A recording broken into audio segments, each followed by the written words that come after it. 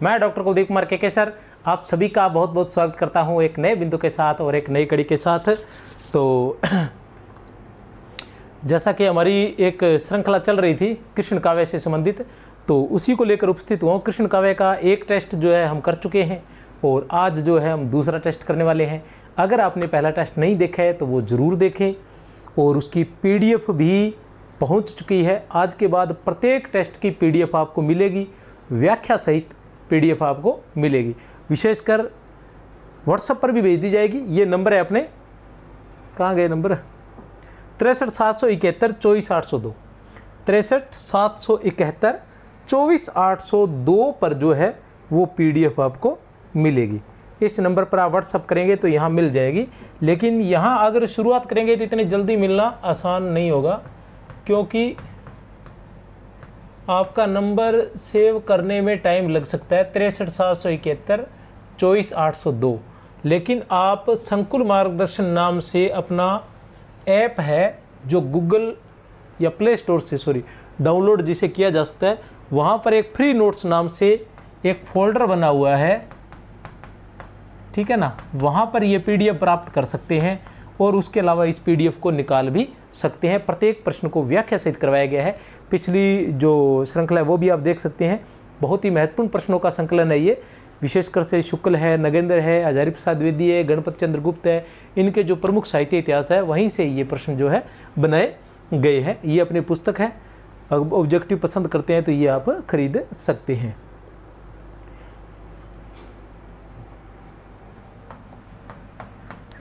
तो शुरुआत करते हैं। बहुत बहुत शुभकामनाएं आप सभी को।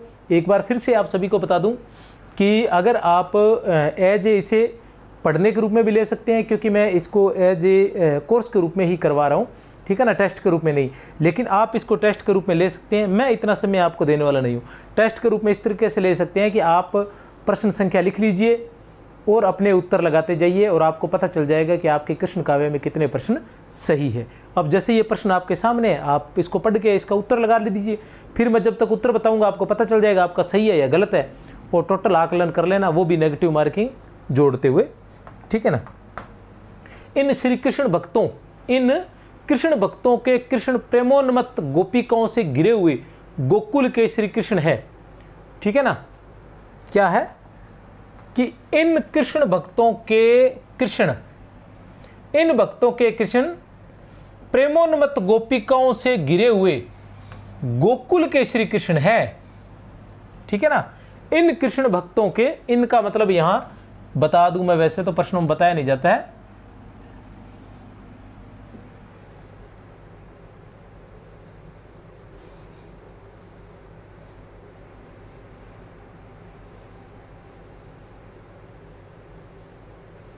ये अष्टछाप वालों के लिए है,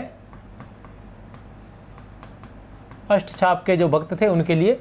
इन कृष्ण भक्तों के कृष्ण प्रेमोन्मत्त गोपिकाओं से घिरे हुए गोकुल के श्री कृष्ण हैं। बड़े बड़े भूपालों के बीच लोक व्यवस्था की रक्षा करते हुए द्वारका के श्री कृष्ण नहीं है। बड़े बड़े भूपालों के बीच लोक व्यवस्था की रक्षा करते हुए द्वारका के श्री कृष्ण नहीं है। उपयुक्त कथन किसका है? यह कथन जो है ये किसका है आपके सामने है। तो किसका कथन है ये? आचार्य शुक्ल का है, हजारी प्रसाद द्विवेदी का है, रामस्वरूप चतुर्वेदी का है या बच्चन सिंह का है? तो किसका कथन है ये? आचार्य रामचंद्र शुक्ल का कथन है। किसका कथन है ये? आचार्य रामचंद्र शुक्ल का। आचार्य रामचंद्र शुक्ल क्या कहते हैं कि इन कृष्ण भक्तों के कृष्ण प्रेमोन्मत्त गोपिकाओं से घिरे हुए गोकुल के श्री कृष्ण है। बड़े बड़े भूपालों के बीच लोक व्यवस्था की रक्षा करते हुए द्वारका के श्री कृष्ण नहीं है। किसका कथन है ये? आचार्य रामचंद्र शुक्ल का कथन है। चलते हैं प्रश्न संख्या 2 पर।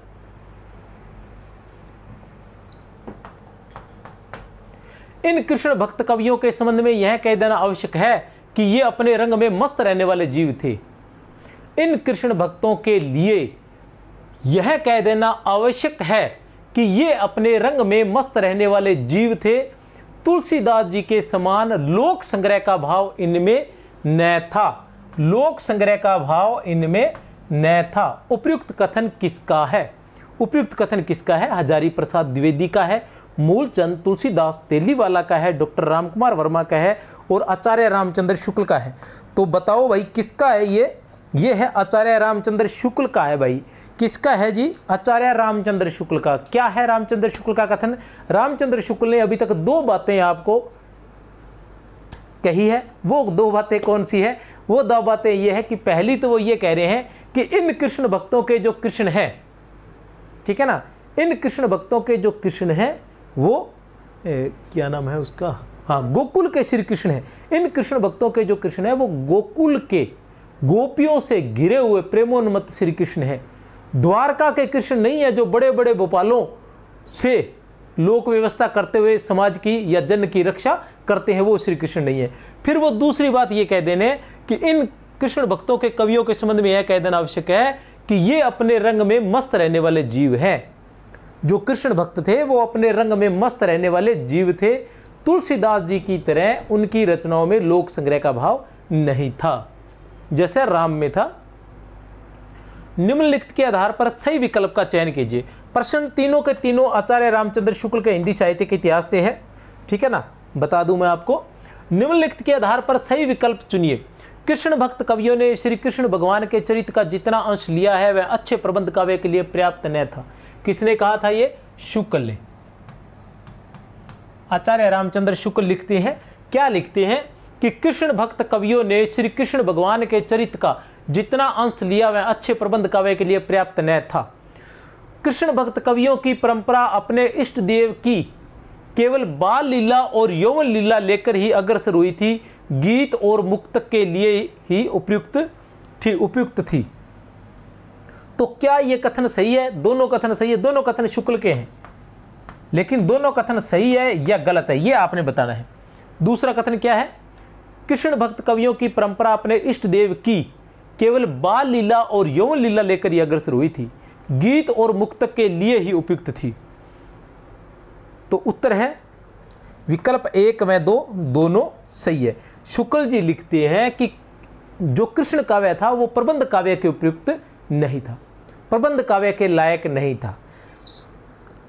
शुक्ल जी महाराज जो थे ना, उन पर जो तुलसीदास जी का नशा चढ़ा हुआ था, ठीक है ना। अब वो तुलसीदास जी से बाहर निकल ही नहीं पाते थे। बस तुलसीदास जी के कोई टक्कर का है तो ओके है, तुलसीदास जी के टक्कर को कौन नहीं तो भैया जमे कौन, ठीक है। चलो कोई बात नहीं, फिर ही तुलसीदास जी ना मान ही लिया तो फिर मानना नहीं पड़ेगा, अपने बस की बात तो है कौन नहीं।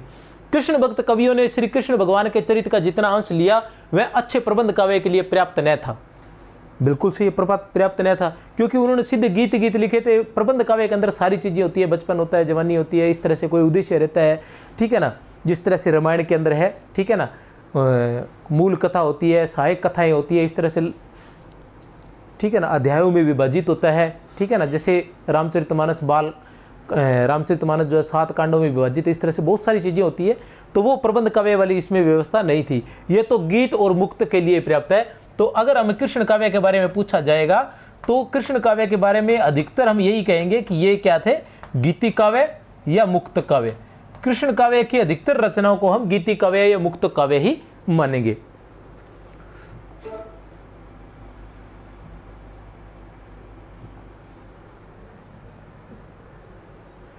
निम्न में से असंगत कथन का चयन करना है।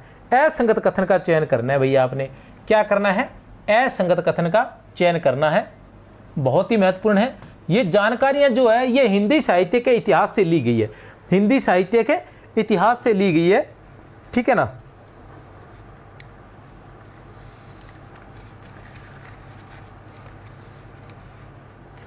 ये प्रश्न जो लिया गया है डॉक्टर नगेंद्र के हिंदी साहित्य के इतिहास से लिया गया है, डॉक्टर नगेंद्र के हिंदी साहित्य के इतिहास से लिया गया है, और उसमें जो भी जानकारी है वो इसमें अ सैद्य के रूप में आपको बताई गई है।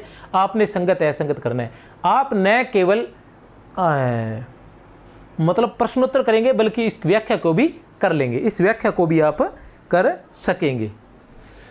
देख लीजिए प्रश्न बड़ा है, आप चेक कर लीजिए।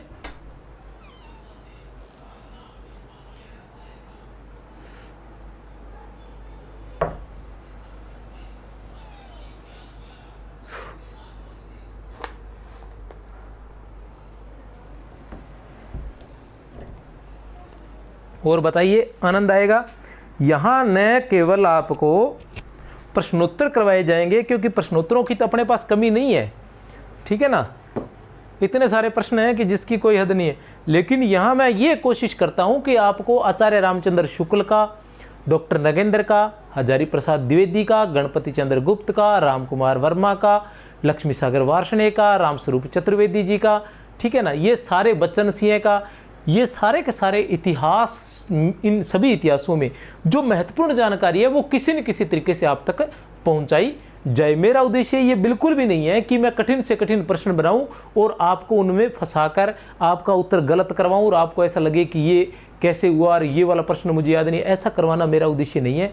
मेरा उद्देश्य यही है कि आपको अधिक से अधिक जानकारी उपलब्ध करवाई जाए, और अगर आपकी जानकारी आपके पास अधिक से अधिक है तो प्रश्न कैसा भी आ जाए आप आसानी से उत्तर दे देंगे।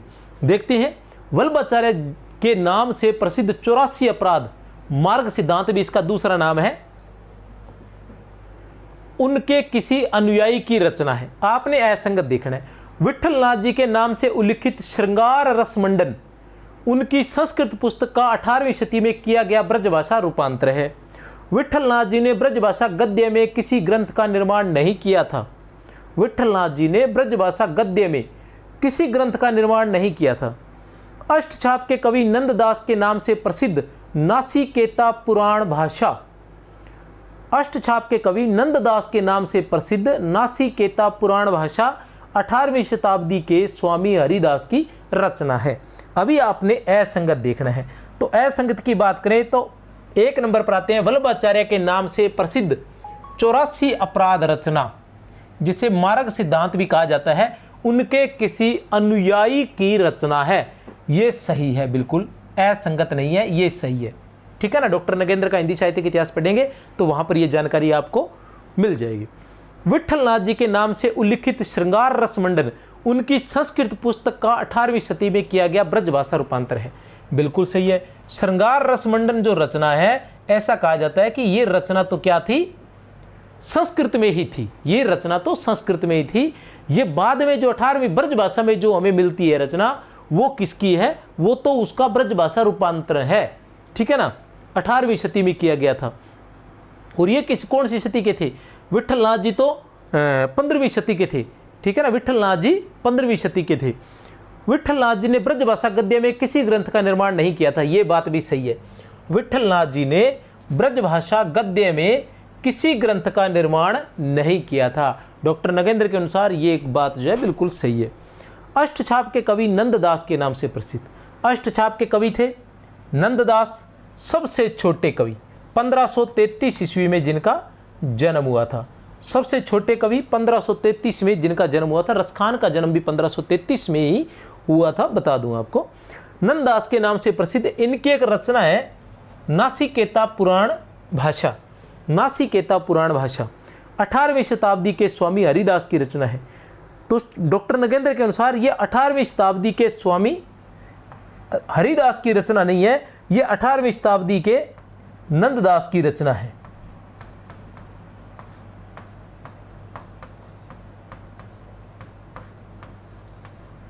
अर्थात उत्तर है द।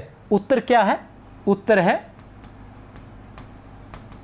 द, उत्तर है, ठीक है ना। क्या है? उत्तर द है। अर्थात डॉक्टर नगेंद्र का जो हिंदी साहित्य का इतिहास है उसके अनुसार क्या है कि अष्टछाप के कवि नंददास के नाम से प्रसिद्ध नासिकेता पुराण भाषा की बहुत सी जगह नंददास की, नासिकेता पुराण भाषा किसकी रचना मानी जाती है? नंददास की। नंददास किस शती के थे? ये 16वीं शती के थे। किस शती के? ये 16वीं शती के थे। लेकिन डॉक्टर नगेंद्र ऐसा कहते हैं कि ये उनकी रचना नहीं है, ये तो 18वीं शताब्दी में कोई और नंददास हुआ था उसकी रचना है। ये तो 18वीं शताब्दी में कोई और नंददास हुआ था उसकी रचना है।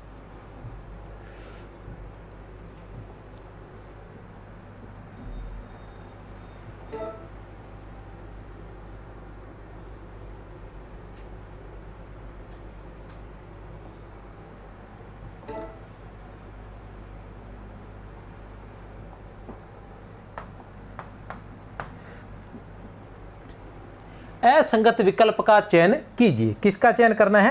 असंगत विकल्प का चयन कीजिए। ध्रुवदासकृत सिद्धांत विचार, ध्रुवदासकृत सिद्धांत विचार, ठीक है ना। 1595 ईस्वी के आसपास की राधा वल्लभ संप्रदाय की सिद्धांत प्रतिपादक रचना है। असंगत ढूंढना है भैया आपने, है तो कठिन पर जोर मारोगा तो हो जाएगा लड़ी।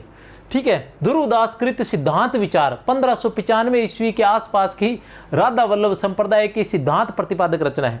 नाभादास कृत अष्टयाम 1603 ईस्वी, बैकुंठ मुनि शुक्ल कृत वैशाख महात्म अगहन महात्म 1623 ईस्वी के आसपास की धार्मिक कथात्मक रचनाएं हैं। अब देखो दोनों सही है या नहीं है, ठीक है ना, कि ध्रुवदास कृत सिद्धांत विचार जो रचना है, ध्रुवदास कृत सिद्धांत विचार रचना जो है, पहली बात तो यह है कि सिद्धांत विचार ध्रुवदास की है या नहीं है। अगर है तो 1595 ईस्वी के आसपास की है या नहीं है। अगर 1595 ईस्वी के आसपास की है तो राधा वल्लभ संप्रदाय की सिद्धांत प्रतिपादक रचना है या नहीं है। ध्रुवदास क्या राधा वल्लभ संप्रदाय के थे? ध्रुवदास क्या राधा वल्लभ संप्रदाय के थे, यह भी आपको पता होना चाहिए। नाभादास कृष्ण अष्टयाम, नाभादास की भी एक अष्टयाम थी। क्या उसकी रचना 1603 में हुई थी?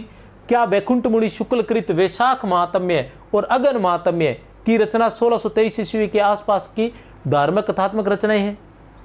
तो देखते हैं, विकल्प 1 व 2 दोनों सही है। ये दोनों ही बातें सही है, ये दोनों ही बातें सही है कि ध्रुवदास कृत सिद्धांत विचार जो रचना है, राधा वल्लभ संप्रदाय के भक्त ध्रुवदास, राधा वल्लभ संप्रदाय के भक्त ध्रुवदास की रचना सिद्धांत विचार, जिसकी रचना 1595 ईस्वी के आसपास की है, राधा वल्लभ संप्रदाय की सिद्धांत प्रतिपादक रचना है। ठीक है ना। नाभादास का अष्टयाम ये जानते ही हैं 1603 ईस्वी में, नाभादास का अष्टयाम 1603 ईस्वी में। नाभादास की भक्तमाल भी थी। भक्तमाल की रचना कब हुई थी? भक्तमाल की रचना 1585 में मानी जाती है, 1585 ईस्वी में मानी जाती है। अष्टयाम नाभादास ने 2 अष्टयाम लिखे थे। नाभादास कौन थे? नाभादास अग्रदास के शिष्य थे, अग्रदास के शिष्य थे। और अग्रदास ने अष्टयाम की रचना की थी किसमें? ब्रज भाषा में। राम काव्य से संबंधित अष्टयाम की रचना की थी। रसिक भावना का समावेश करने वाले, राम काव्य में रसिक भावना का समावेश करने वाले अग्रदास ही थे। इन्हीं अग्रदास जी के शिष्य थे नाभादास जी, और उनकी प्रेरणा से इन्होंने अष्टयाम की रचना की थी। गुरु ने 1 अष्टयाम की रचना की थी, नाभादास जी ने 2 अष्टयाम लिख दिए भैया याद करने के लिए। किस धार्मिक पुस्तक का निर्माण, किस धार्मिक पुस्तक का निर्माण ओरछा नरेश जसवंत सिंह की प्रेरणा से रानी चंद्रावती के धर्म पड़ीवे के अर्थ किया गया था?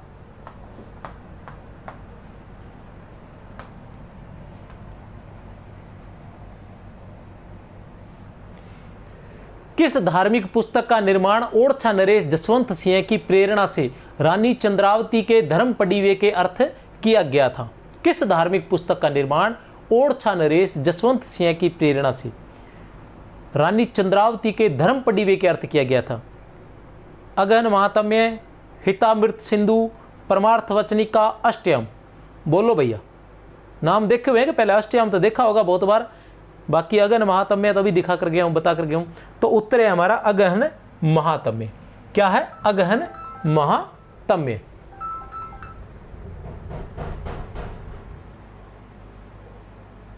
क्या है विशेष? विशेष भी देख लेते हैं।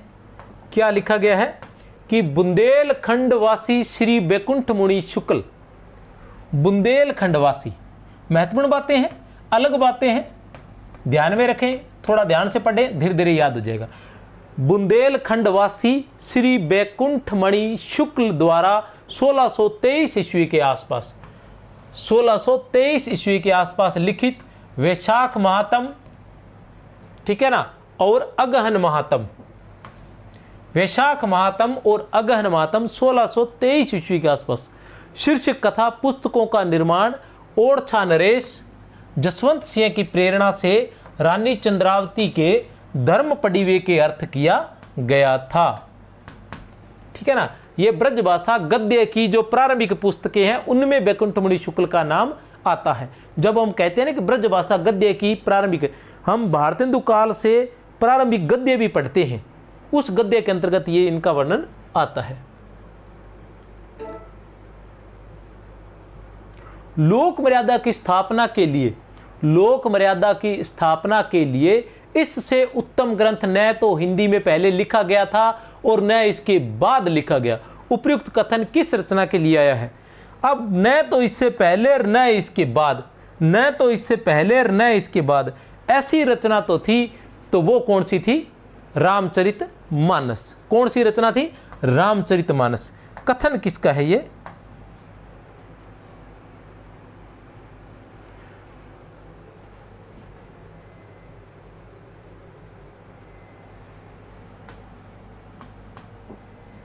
डॉक्टर नगेंद्र के हिंदी साहित्य के इतिहास से लिया गया ये लोक मर्यादा की स्थापना के लिए इससे उत्तम ग्रंथ न तो हिंदी में पहले लिखा गया था और न इसके बाद। लोक मर्यादा की जहां भी बात आएगी वहां सबसे पहले हम तुलसीदास या रामचरितमानस को ही ढूंढेंगे। फिर आता है शैव वैष्णव शाक्त आदि संप्रदायों के अभ्यंतर। शैव वैष्णव शाक्त आदि संप्रदायों के अभ्यंतर वैमनस्य को दूर करने का जैसा स्वस्थ एवं संयत प्रयास इन्होंने काव्य के माध्यम से किया, वैसा हिंदी साहित्य के इतिहास में कभी नहीं हुआ। उपयुक्त कथन किस कवि के लिए आया है?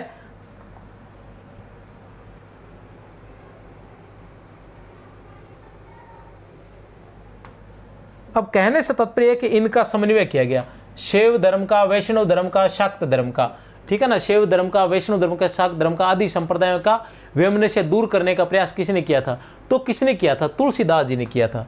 किसने किया था? तुलसीदास जी ने किया था, क्योंकि इन्हीं में ही समन्वय की विराट चेष्टा थी। समन्वय की विराट चेष्टा थी। समन्वय के विराट चेष्टाकारी इन्हें किसने कहा था? हजारी प्रसाद द्विवेदी ने कहा था। हजारी प्रसाद द्विवेदी ने इन्हें कहा था कि तुलसीदास में समन्वय की विराट चेष्टा थी। इन्होंने किस किस का समन्वय किया था? शैव और वैष्णव का समन्वय, भक्ति और ज्ञान का समन्वय, निर्गुण और सगुण का समन्वय, ठीक है ना, गृहस्थ और वैराग्य का समन्वय, इन सभी के समन्वय इनके काव्य में नजर आते हैं। अगुणई सगुणई नहीं कछु भेदा, उभय हर ही भव संभव खेदा। कहने से तात्पर्य अगुण और सगुण के अंदर कोई भेद नहीं है, मुख्य जो चीज है वो भक्ति ही है। उसके अलावा जो वो क्या कहते हैं, शैव और वैष्णव में शैव को भी, शिव को भी वो परम मानते हैं। वो कहते हैं कि शिव द्रोही ममदास कहावा, सो नरमोही सपने हूं नहीं भावा।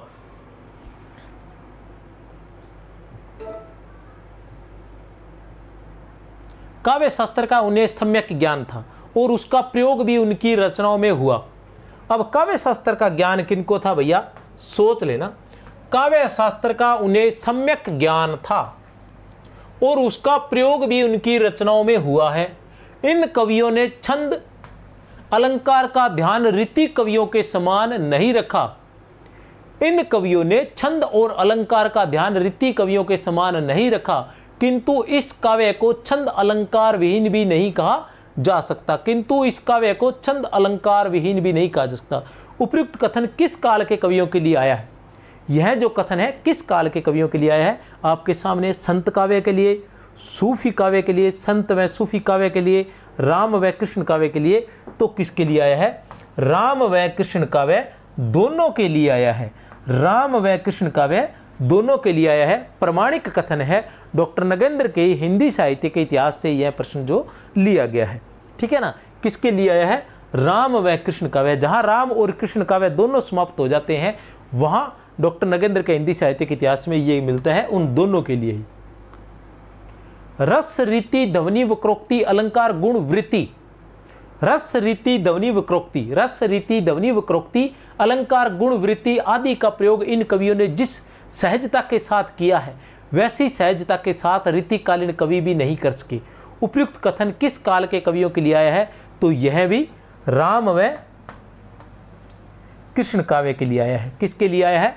राम व कृष्ण काव्य के लिए। देखो और तो कोई हो ही नहीं सकता ना। रस रीति ध्वनि वक्रोक्ति अलंकार गुण वृत्ति आदि का प्रयोग संत तो करने से रहे, सूफियों ने भी इतना नहीं किया। उसके बाद कृष्ण काव्य राम काव्य आता है। अधिक रूप से हम कृष्ण काव्य को मानेंगे, दूसरे नंबर पर हम राम काव्य को मानेंगे। लेकिन नगेंद्र के हिंदी साहित्य के इतिहास में इन दोनों के लिए कहा गया था, हम दोनों को ही मानेंगे। उसके बाद फिर रीतिकाल आ ही जाता है। दुर्भाग्य की बात है कि इतने स्पष्ट विचार रखते हुए, दुर्भाग्य की बात है, क्या है? दुर्भाग्य की बात है। कौन सी दुर्भाग्य की बात है? देख लेते हैं। स्पष्ट विचार रखते हुए एवं 71 ग्रंथों की रचना करने पर भी इनका कवित्व अत्यंत साधारण स्तर पर ही रह गया उपयुक्त कथन किस कवि के लिए आया है? दुर्भाग्य की बात है कि इतने स्पष्ट विचार रखते हुए एवं 71 ग्रंथों की रचना करने पर भी इनका कवित्व अत्यंत साधारण स्तर पर ही रह गया। उपयुक्त कथन किस कवि के लिए आया है? ये आया है नियामत खां जान के लिए। किसके लिए आया है? नियामत खां जान के लिए। उत्तर क्या है? नियामत खां जान है। एक बार और देख लेते हैं। नियामत खां जान है। उत्तर क्या है? नियामत खां जान है। इसकी पीडीएफ तैयार है, पीडीएफ आपको मिल जाएगी, चिंता बिल्कुल न करें। बिल्कुल सही है, नियामत खां जान है। कौन है? नियामत खां जान। कृष्ण काव्य के 3 प्रकार के टेस्ट रहेंगे। कृष्ण काव्य की बात करूं तो कृष्ण काव्य के 3 प्रकार के टेस्ट रहेंगे, ठीक है ना। कृष्ण काव्य के नहीं, कृष्ण काव्य के तो 2 ही रहेंगे। भक्ति काल की बात करें तो भक्ति काल सगुण भक्ति की बात करता हूं मैं, तो सगुण भक्ति का पहले राम काव्य के टेस्ट हुए, राम काव्य के 2 टेस्ट करवाए हैं मैंने, ठीक है ना। उसके बाद कृष्ण काव्य की बात करें तो कृष्ण काव्य के भी 2 टेस्ट रहेंगे, लगभग 150 प्रश्न आपको करवाए जाएंगे। और उसके बाद जो है अन्य भक्तिकालीन अन्य जैसे वीर काव्य है या श्रृंगार काव्य है या भक्ति काव्य है, भक्ति काव्य नहीं, रीति काव्य भी मान सकते हैं। तो जो अन्य काव्य है, ठीक है, वो उन पर भी 50 प्रश्न मैं आपको बनाकर दूंगा, ठीक है ना। रहीम की किस रचना में विभिन्न वर्णों के नायिकाओं का वर्णन है? रहीम की किस रचना में, रहीम की किस रचना में विभिन्न वर्णों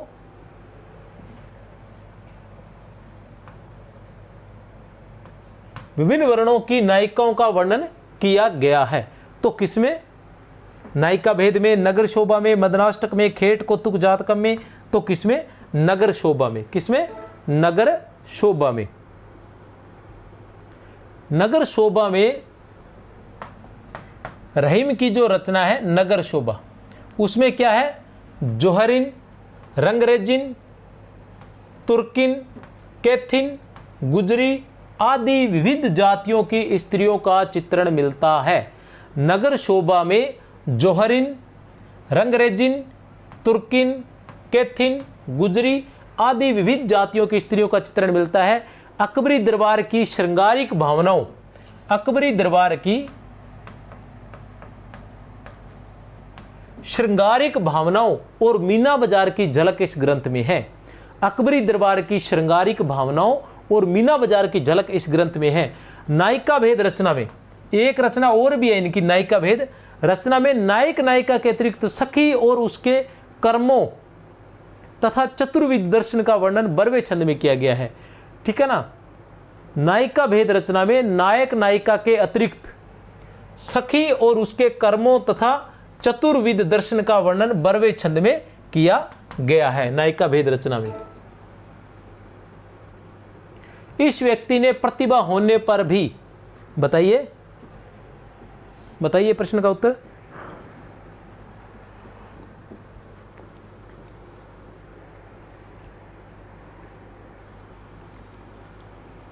इस व्यक्ति ने प्रतिभा होने पर भी उसका समुचित उपयोग नहीं किया। ईशो कौन हो भाई, बताओ।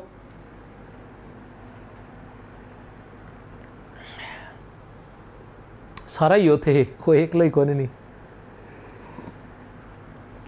क्योंकि प्रतिभा का उपयोग थे सारा ही कौन करने लग रहे, आलसी हो सारा का सारा ही। इस व्यक्ति ने प्रतिभा होने पर भी उसका समुचित उपयोग नहीं किया। मैं वो देख रहा था, वीडियो देख रहा था,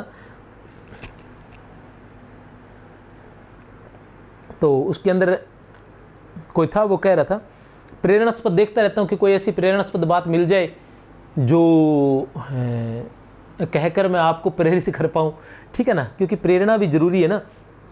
तो वो कह रहे थे कि उस ईश्वर ने या नेचर ने जब मुझे बनाया है तो उसने किसी प्रकार का भेद नहीं किया, ठीक है ना, उसने किसी प्रकार का भेद नहीं किया।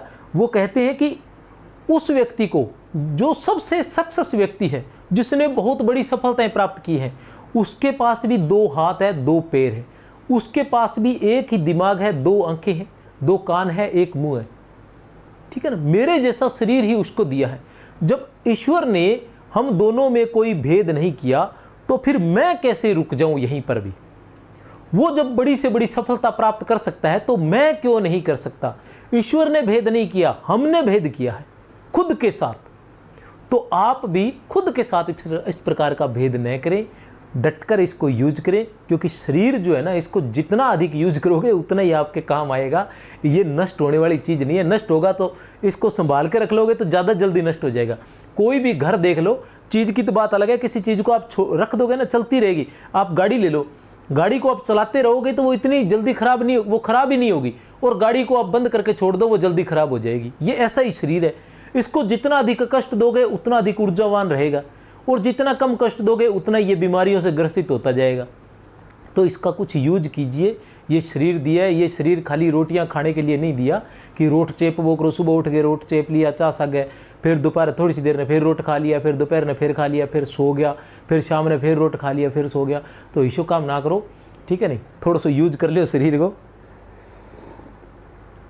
जो तुम्हारे आराध्य है ना, उन्होंने तुम्हें ये शरीर कुछ करने के लिए दिया है, खाली रोट खा के गाड़ने के लिए नहीं दिया। तो किसी भी विषय को रसात्मक बनाने के लिए कल्पना के उचित प्रयोग द्वारा जिस भव्य चित्र योजना की अपेक्षा होती है उसको वह प्राय उपेक्षित ही कर गया। इसका कारण वस्तुतः यही मानना चाहिए कि इस प्रकार के वर्णनों में उसका मन नहीं रमा तथा बुद्धि के सहारे ही सब कुछ किया गया है, क्योंकि दूसरी ओर राजसी ठाट बाट के वर्णनों में उसका काव्य अत्यंत निखरा हुआ प्रतीत होता है। उपयुक्त कथन किस कवि के लिए आया है? तो किसके लिए आया है? ऐसा कथन केशवदास जी के लिए। किसके लिए? केशवदास के लिए आया है। केशवदास में प्रतिभा बहुत अधिक थी, ठीक है ना, लेकिन समस्या क्या थी? तुलसीदास जी का मुकाबला क्यों नहीं कर पाए? क्योंकि उनका मन नहीं रमा था। तो जो सक्सेस होते हैं, जो नहीं सक्सेस होते, उन दोनों में भी यही होती है। जका परीक्षा पास कर जाए बंग मार, जका रह जाए बंग में, सिर्फ इतना ही अंतर है कि मन कौन रमे। अगर मन रम जाए तो फिर डर कौन लगा, फिर आदमी गाड़ी चलाए रखा, फिर वो जीत के रुकेगा।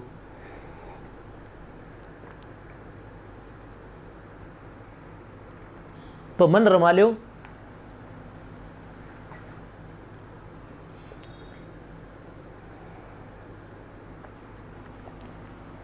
सफलता है, सफलता बाद की बात हो जाएगी, आनंद पूरा आएगा।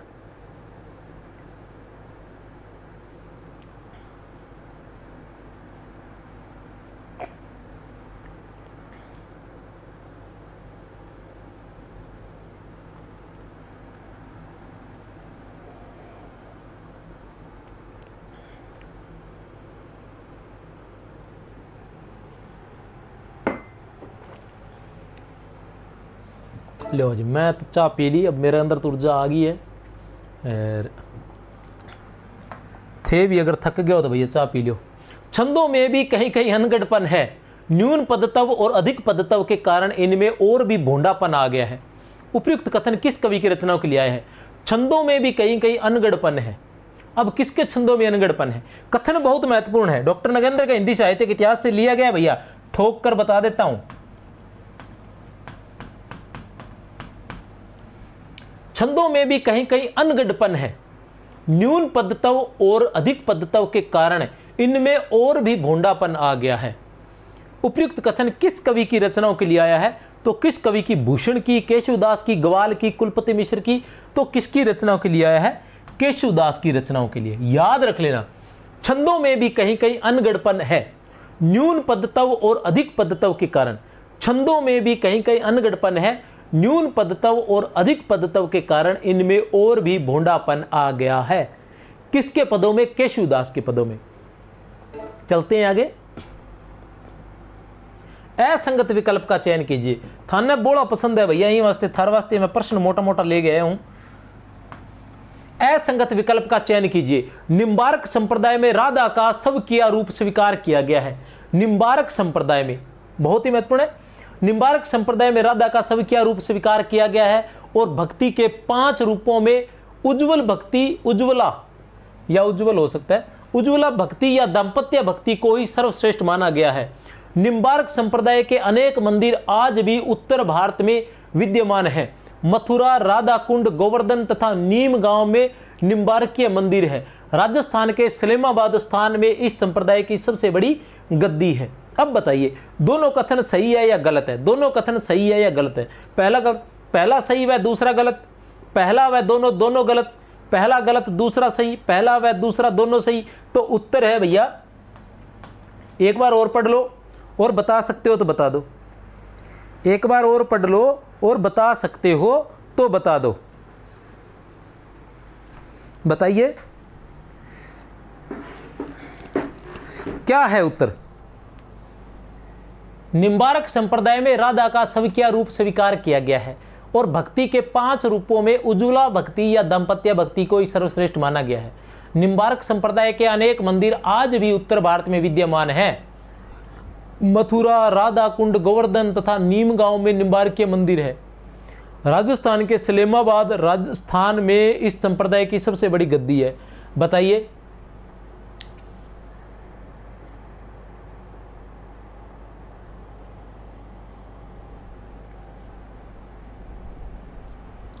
एक व दो दोनों सही है। उत्तर क्या है?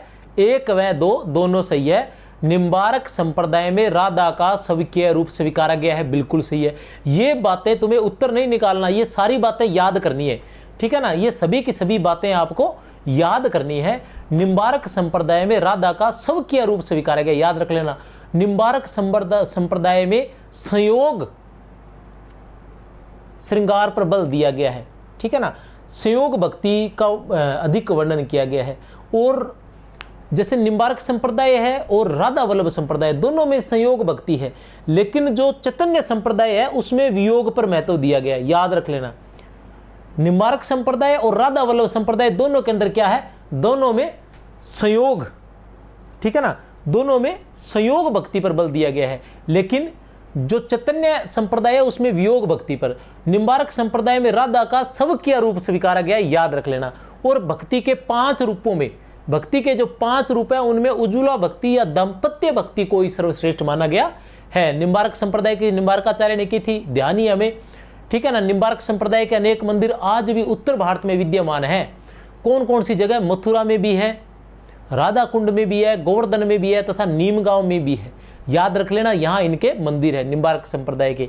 संगत असंगत पूछा जाता है ना, तब ऐसे ही बातें पूछी जाती हैं। ये 2 है, ऐसे 4 भी पूछे जा सकते हैं, या इन 2 को 4 बना के भी पूछा जा सकता है कि निम्बारक संप्रदाय से संबंधित असंगत कथन छांटिए। राजस्थान के सलेमाबाद स्थान में इस संप्रदाय की सबसे बड़ी गद्दी है। अब कौन लेकर आया था सलेमाबाद में? पहले इसकी गद्दी कहाँ थी? मथुरा, ब्रज में थी। पहले इसकी गद्दी जो थी, निम्बारक संप्रदाय की गद्दी जो थी, प्रधान गद्दी, वो कहाँ थी? ब्रज में थी। लेकिन सलेमाबाद कौन लेकर आए थे? परशुराम देव लेकर आए थे। परशुराम देव कौन थे? परशुराम देव, परशुराम देव जो थे हरिव्यास देव के शिष्य थे। हरिव्यास देव, परशुराम देव किस संप्रदाय के? निम्बारक संप्रदाय के। हरिव्यास देव के शिष्य थे। किसके शिष्य थे? हरिव्यास देव के शिष्य थे। हरिव्यास देव किसके शिष्य थे? श्री भट्ट के शिष्य थे। श्री भट्ट कौन से? निम्बारक संप्रदाय। निम्बारक संप्रदाय के कौन कौन से कवि थे? निम्बारक संप्रदाय के कवि थे, इसके प्रवर्तक तो निम्बारक थे, निम्बारकाचार्य। नीम पर सूर्य दिखाने के कारण इन्हें निम्बारकाचार्य भी कहा गया था। निम्ब धन अर्क, निम्बारक पर सूर्य दिखाने वाले निम्बारकाचार्य। लेकिन इसके साथ साथ क्या था? इसके साथ साथ जो निम्बारक संप्रदाय के थे, थोड़ी देर बैठ गए यार, थक गया, ठीक है नहीं। तो निम्बारक संप्रदाय जो था, निम्बारक संप्रदाय में क्या था कि निम्बारकाचार्य जी, निम्बारकाचार्य जी ने निम्बारक संप्रदाय की स्थापना की थी, प्रवर्तक थे, ये आपको पता है। उसके अलावा क्या था कि निम्बारक संप्रदाय के 3 प्रमुख कवि हैं। कौन कौन से भक्त माने जाते हैं प्रमुख रूप से, जिनका वर्णन करते हैं? बिया दबंग की संख्या कोई अंत कौन, भक्तों कोई अंत थोड़ी है। भक्त एक ढूंढो 1000 लाज, या भक्ति भक्ति निराई, ठीक है। तो निम्बारक संप्रदाय जो है उसके 3 लोग थे। श्री भट्ट थे, जिन्हें हितु सखी का अवतार माना जाता था, ठीक है ना। श्री भट्ट थे जिन्हें हितु सखी का अवतार माना जाता है, उनकी जो रचना थी। और श्री भट्ट के जो शिष्य थे वो थे हरिव्यास देव, और हरिव्यास देव के बाद उनके शिष्य थे परशुराम देव। यही परशुराम देव जो है वो ब्रज से निम्बारक संप्रदाय की जो गद्दी है वो सलीमाबाद लेकर आए थे। परशुराम देव जो है ये वहां से इनकी गद्दी जो है यहां लेकर आए थे। बड़ो अभाग्य अनन्य सभा को उठी गयो ठाठ सिंगार। उपयुक्त कथन राधा वल्लभ संप्रदाय के प्रवर्तक हित हरिवंश के निधन पर किसने कहे थे? बड़ो अभाग्य अनन्य सभा को उठी गयो ठाठ सिंगार। उपयुक्त कथन राधा वल्लभ संप्रदाय के प्रवर्तक हित हरिवंश के निधन पर किसने कहे थे? सूरदास ने, हरिराम व्यास ने, चतुर्भुजदास ने, बिहारी दास ने। तो किसने कहे थे? हरिराम व्यास ने। हरिराम व्यास ने। अब ये हरिराम व्यास है, ठीक है ना, ये क्या है? हरिराम व्यास। और एक है हरिव्यास देव। जो हरिव्यास देव है ये निम्बारक संप्रदाय के हैं। किस संप्रदाय के हैं प्यारे बच्चों? ये निम्बारक संप्रदाय के हैं, ठीक है ना। ये किस संप्रदाय के हैं? ये निम्बारक संप्रदाय के हैं। और हरिराम व्यास जो है ये राधा वल्लभी संप्रदाय के हैं। हरिराम व्यास जिन्हें विशाखा सखी का अवतार माना जाता है, जिन्हें विशाखा सखी का अवतार माना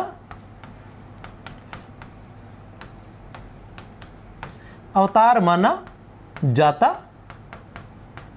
है, ठीक है ना। हित हरिवंश जिन्हें वंशी का अवतार माना जाता है।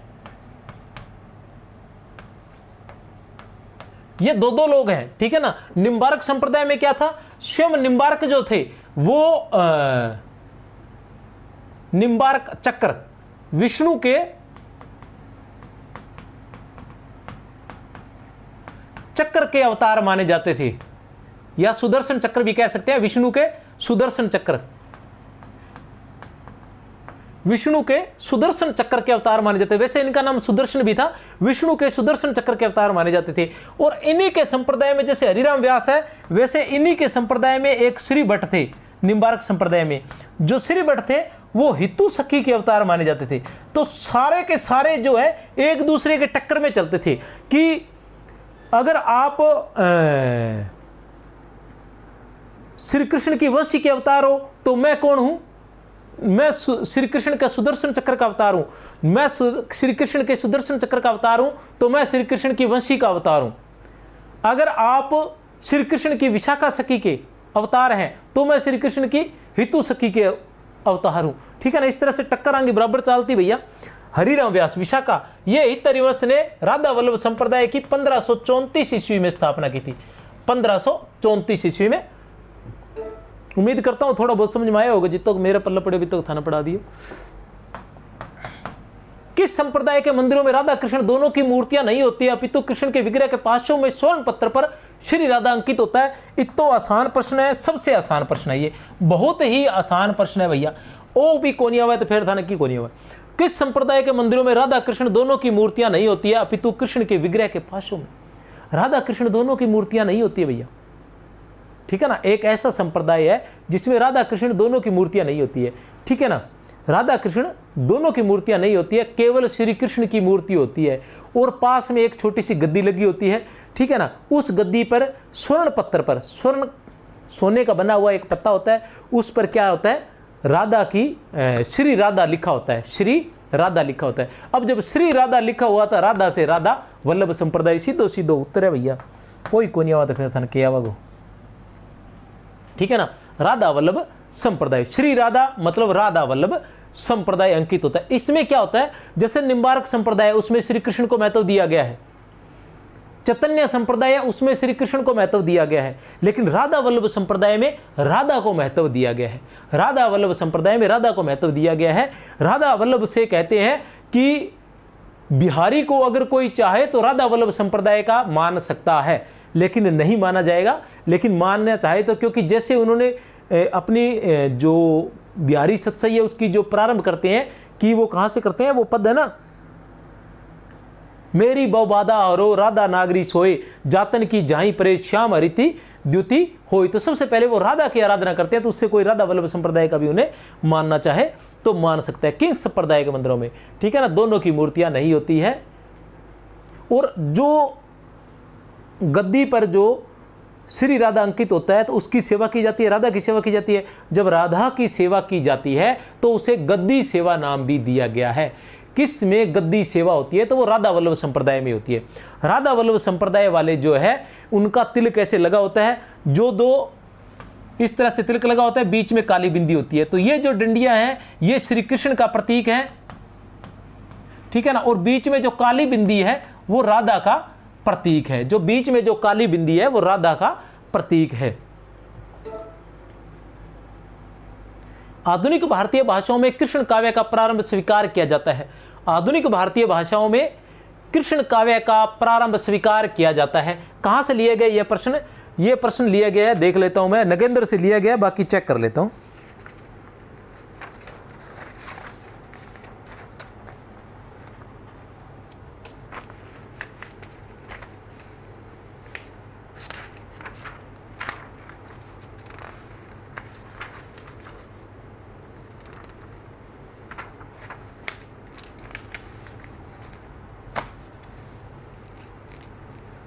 डॉक्टर नगेंद्र का हिंदी साहित्य के इतिहास से लिया गया है।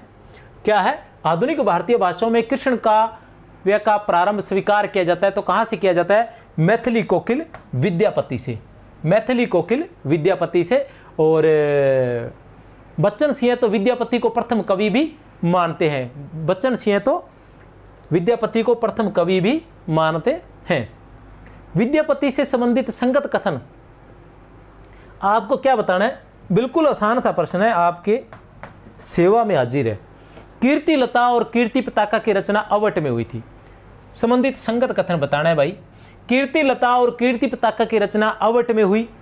कीर्ति लता में कीर्ति सिंह की वीरता का वर्णन है, कीर्ति पताका में राजा शिव सिंह की वीरता का चित्रण है। उपयुक्त सभी, तो उत्तर है उपयुक्त सभी, उत्तर है उपयुक्त सभी।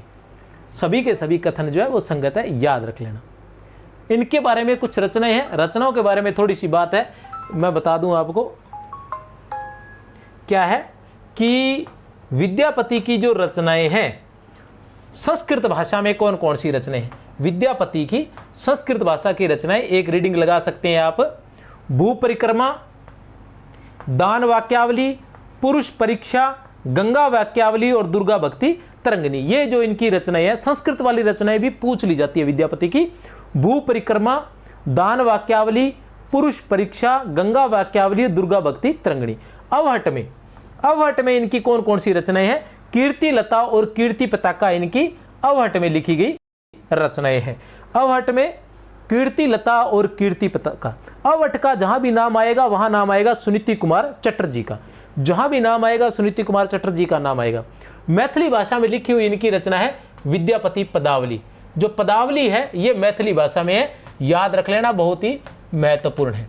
जॉर्ज ग्रेसन इनके बारे में क्या लिखते हैं कि जिस प्रकार सोलोमन के गीतों को ईसाई पादरी पढ़ा करते थे, जिस प्रकार सोलोमन के गीतों को ईसाई पादरी पढ़ा करते थे, उसी प्रकार हिंदू भक्त विद्यापति के चमत्कारी पदों को पढ़ते जरा भी काम वासना का अनुभव नहीं करते। विद्यापति के चमत्कारी पदों को पढ़ते जरा भी काम वासना का अनुभव नहीं करते। कथन किसका है? जॉर्ज ग्रियर्सन का है। किसका है कथन? जॉर्ज ग्रियर्सन का कथन है। ये विद्यापति है, इनके पदों को बताइए, इनके पदों को उत्तर आपने लिखना है भैया, ठीक है ना। मैं जाते हुए बताऊंगा, याद रह गया तो, नहीं तो वो पिन करके जो मैसेज लगाते हैं ना वहां मैं बाद में लगा दूंगा, ठीक है ना। तो आप मुझे बताएं कि ऐसे कौन से मतलब महान भक्त कह सकते हैं या बहुत बड़े संप्रदाय के प्रवर्तक कह सकते हैं जो विद्यापति के पदों को गाते गाते भाव विभोर होकर मूर्छित हो जाया करते थे। विद्यापति के पदों को गाते गाते भाव विभोर होकर मूर्छित हो जाया करते थे। कौन थे? उत्तर लिख दें। चैनल को सब्सक्राइब नहीं किया है तो सब्सक्राइब कर लेना भैया। बाकी मंठा थे करो कोने ने होशियार बहुत हो। विद्यापति की पदावली के पदों को गाते गाते भाव विभोर होकर मूर्छित हो जाया करते हैं, ठीक है ना। अगर जिद्दी थे और जिद्दी मैं ही बहुत हूं थे, चैनल ना करो सब्सक्राइब, एक दिन थरकन करवा ही लूंगा। विद्यापति की पदावली के पदों को गाते गाते भाव विभोर होकर मूर्छित हो जाया करते हैं। मेरी भी जिद है। विद्यापति की पदावली के पदों को गाते गाते भाव विभोर होकर मूर्छित हो जाया करते थे। लो जी, ये प्रश्न ही आ गया, अब तो बताना ही पड़ेगा अब क्या इलाज है, ठीक है ना। कौन थे? महाप्रभु चैतन्य देव, चैतन्य संप्रदाय या गौड़ीय संप्रदाय के प्रवर्तक। चैतन्य संप्रदाय या गौड़ीय संप्रदाय के प्रवर्तक महाप्रभु चैतन्य देव।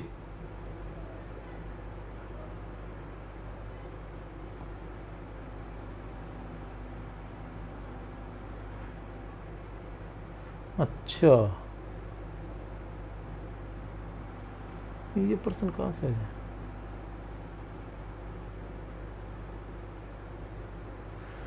इनके बारे में विशेष है। हजारी प्रसाद द्विवेदी क्या लिखते हैं विद्यापति के बारे में, देख ले।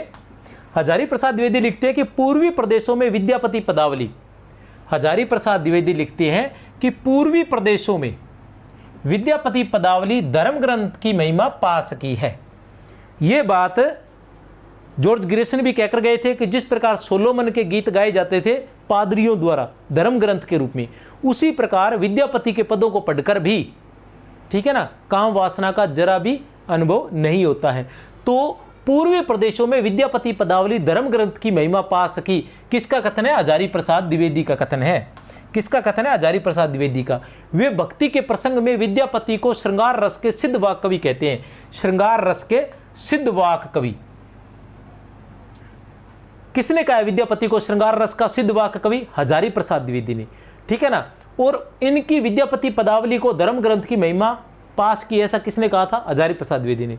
बच्चन सिंह क्या लिखते हैं? ये बच्चन सिंह भी आगे हैं, इं को नहीं आ गया भैया, पढ़ो पढ़ गए फिर ढूंढियो कोई विशेष जद्दे आया है, इं को नहीं आया। देश भाषा में लिखी प्रथम रचना, थारा यही आ गया। देश भाषा में लिखी प्रथम रचना विद्यापति की पदावली है, अतः हिंदी का प्रथम कवि विद्यापति को ही माना जाना चाहिए। थोड़ी देर पहले बता गया था ना जी, याद रहे तो। देश भाषा में लिखी प्रथम रचना विद्यापति की पदावली है, अतः हिंदी का प्रथम कवि विद्यापति को ही मानना चाहिए। ठीक है जी, मान लेंगा। और बताओ, पदावली की रचना स्वांत सुखाए के लिए और शिव सिंह लखमा देवी के प्रीत्यर्थ हुई थी।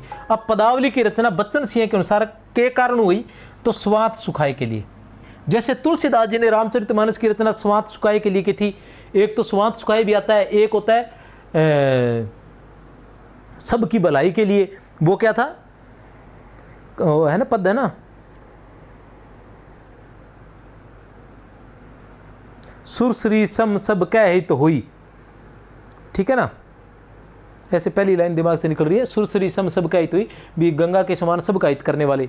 शिव सिंह और लखमा देवी, शिव सिंह और उनकी पत्नी लखमा देवी की प्रीत्यर्थ हुई थी, उनकी जो प्रेम था उनके। निराला क्या लिखते हैं? निराला कहते हैं कि विद्यापति पदावली की मादकता को नागिन की लहर कहा है। निराला ने विद्यापति पदावली की मादकता को, विद्यापति पदावली की मादकता को नागिन की लहर, नागिन की लहर, नागिन की लहर, ठीक है ना। तो नागिन की लहर कहा है। वो गाना है ना, मन डोले मेरा तन डोले, तो वो वाली बात है कि नागिन भैया विद्यापति के पद ऐसे होते थे कि मन और तन दोनों डोलने लग जाते थे।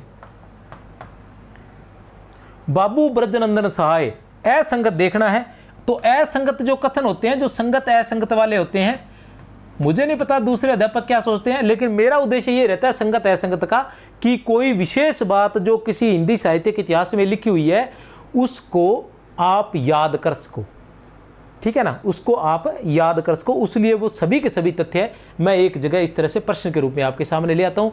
एक पंथ दो काज हो जाते हैं, साथ में आपके प्रश्न उत्तर हो जाते हैं, और साथ में आपको ये पता चल जाता है कि प्रश्न कहाँ से बन सकते हैं, और साथ में आपको वो तथ्यात्मक जानकारी या विवरणात्मक जानकारी याद भी हो जाती है। बाबू ब्रजनंदन साय और डॉक्टर श्याम सुंदर दास ने विद्यापति को परम वैष्णव भक्त स्वीकार किया है। डॉक्टर गिरियर्शन, नागेंद्र नाथ गुप्त और जनार्दन मिश्र ने पदावली में रहस्यवाद की व्याप्ति मानी है। रामचंद्र शुक्ल, रामकुमार वर्मा, रामवृक्ष बेनीपुरी ने विद्यापति को शुद्ध श्रृंगारी कवि माना है। हरप्रसाद शास्त्री व सुभद्र झा ने विद्यापति को शिव माना है। बताइए, बाबू ब्रजनंदन साय और डॉक्टर श्याम सुंदर दास ने विद्यापति को परम वैष्णव भक्त स्वीकार किया है। बताइए उत्तर क्या होगा?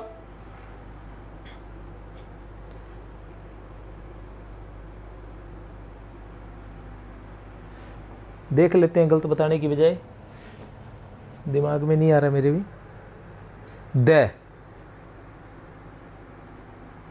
हरप्रसाद शास्त्री व सुभद्र झा ने, हरप्रसाद शास्त्री व सुभद्र झा ने विद्यापति को शिव नहीं माना, शुद्ध श्रृंगारी कवि माना है। शुद्ध श्रृंगारी कवि माना है, इन्होंने इनको सेव नहीं माना है। इनके बारे में देख ले, चाहे तो स्क्रीनशॉट ले सकते हैं, आपकी सेवा में हाजिर है। विद्यापति को शुद्ध श्रृंगारी कवि कहने वाले साहित्यकार, विद्यापति को शुद्ध श्रृंगारी कवि कहने वाले साहित्यकार ट्रिक के साथ आपके सामने है। रामचंद्र शुक्ल है, रामकुमार वर्मा है, बच्चन सिंह है और हरप्रसाद शास्त्री है। अब इनको कैसे याद करोगे आप, देखो, और रामवृक्ष बेनीपुरी है, रामवृक्ष बेनीपुरी। अब सबसे पहले रामचंद्र शुक्ल, राम राम वाले ले लो, रामचंद्र शुक्ल, रामचंद्र शुक्ल के बाद रामकुमार वर्मा, रामचंद्र शुक्ल, रामकुमार वर्मा, रामवृक्ष बेनीपुरी, रामचंद्र शुक्ल, रामकुमार वर्मा, रामवृक्ष बेनीपुरी, रामचंद्र शुक्ल, रामचंद्र शुक्ल, रामकुमार वर्मा, रामवृक्ष बेनीपुरी। बेनीपुरी से बच्चन सिंह, बेनीपुरी से बच्चन सिंह और है से हरप्रसाद शास्त्री, बेनीपुरी से बच्चन सिंह और बच्चन सिंह के है से हरप्रसाद शास्त्री। ये पांचों क्या है, शुद्ध श्रृंगारी कवि मानने वाले हैं, विद्यापति को शुद्ध श्रृंगारी कवि मानने वाले हैं।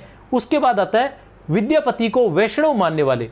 विद्यापति को वैष्णव मानने वाले कौन कौन से थे, तो वो है जॉर्ज ग्रियर्सन, श्याम सुंदर दास और बाबू ब्रजनंदन सहाय। जॉर्ज ग्रियर्सन, श्याम सुंदर दास और बाबू ब्रजनंदन सहाय ने विद्यापति को वैष्णव माना है। और विद्यापति को शैव मानने वाले कौन थे, बच्चन सिंह, ठीक है ना।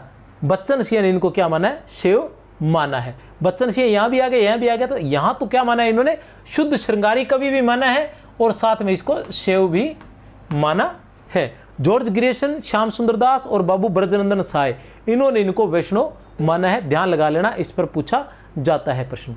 असंगत कथन का चयन कीजिए, असंगत कथन छांटिए। आपने क्या करना है, असंगत कथन छांटना है, तो छांट कर बताइए। प्रश्न काफी बड़ा है, आपके सामने है।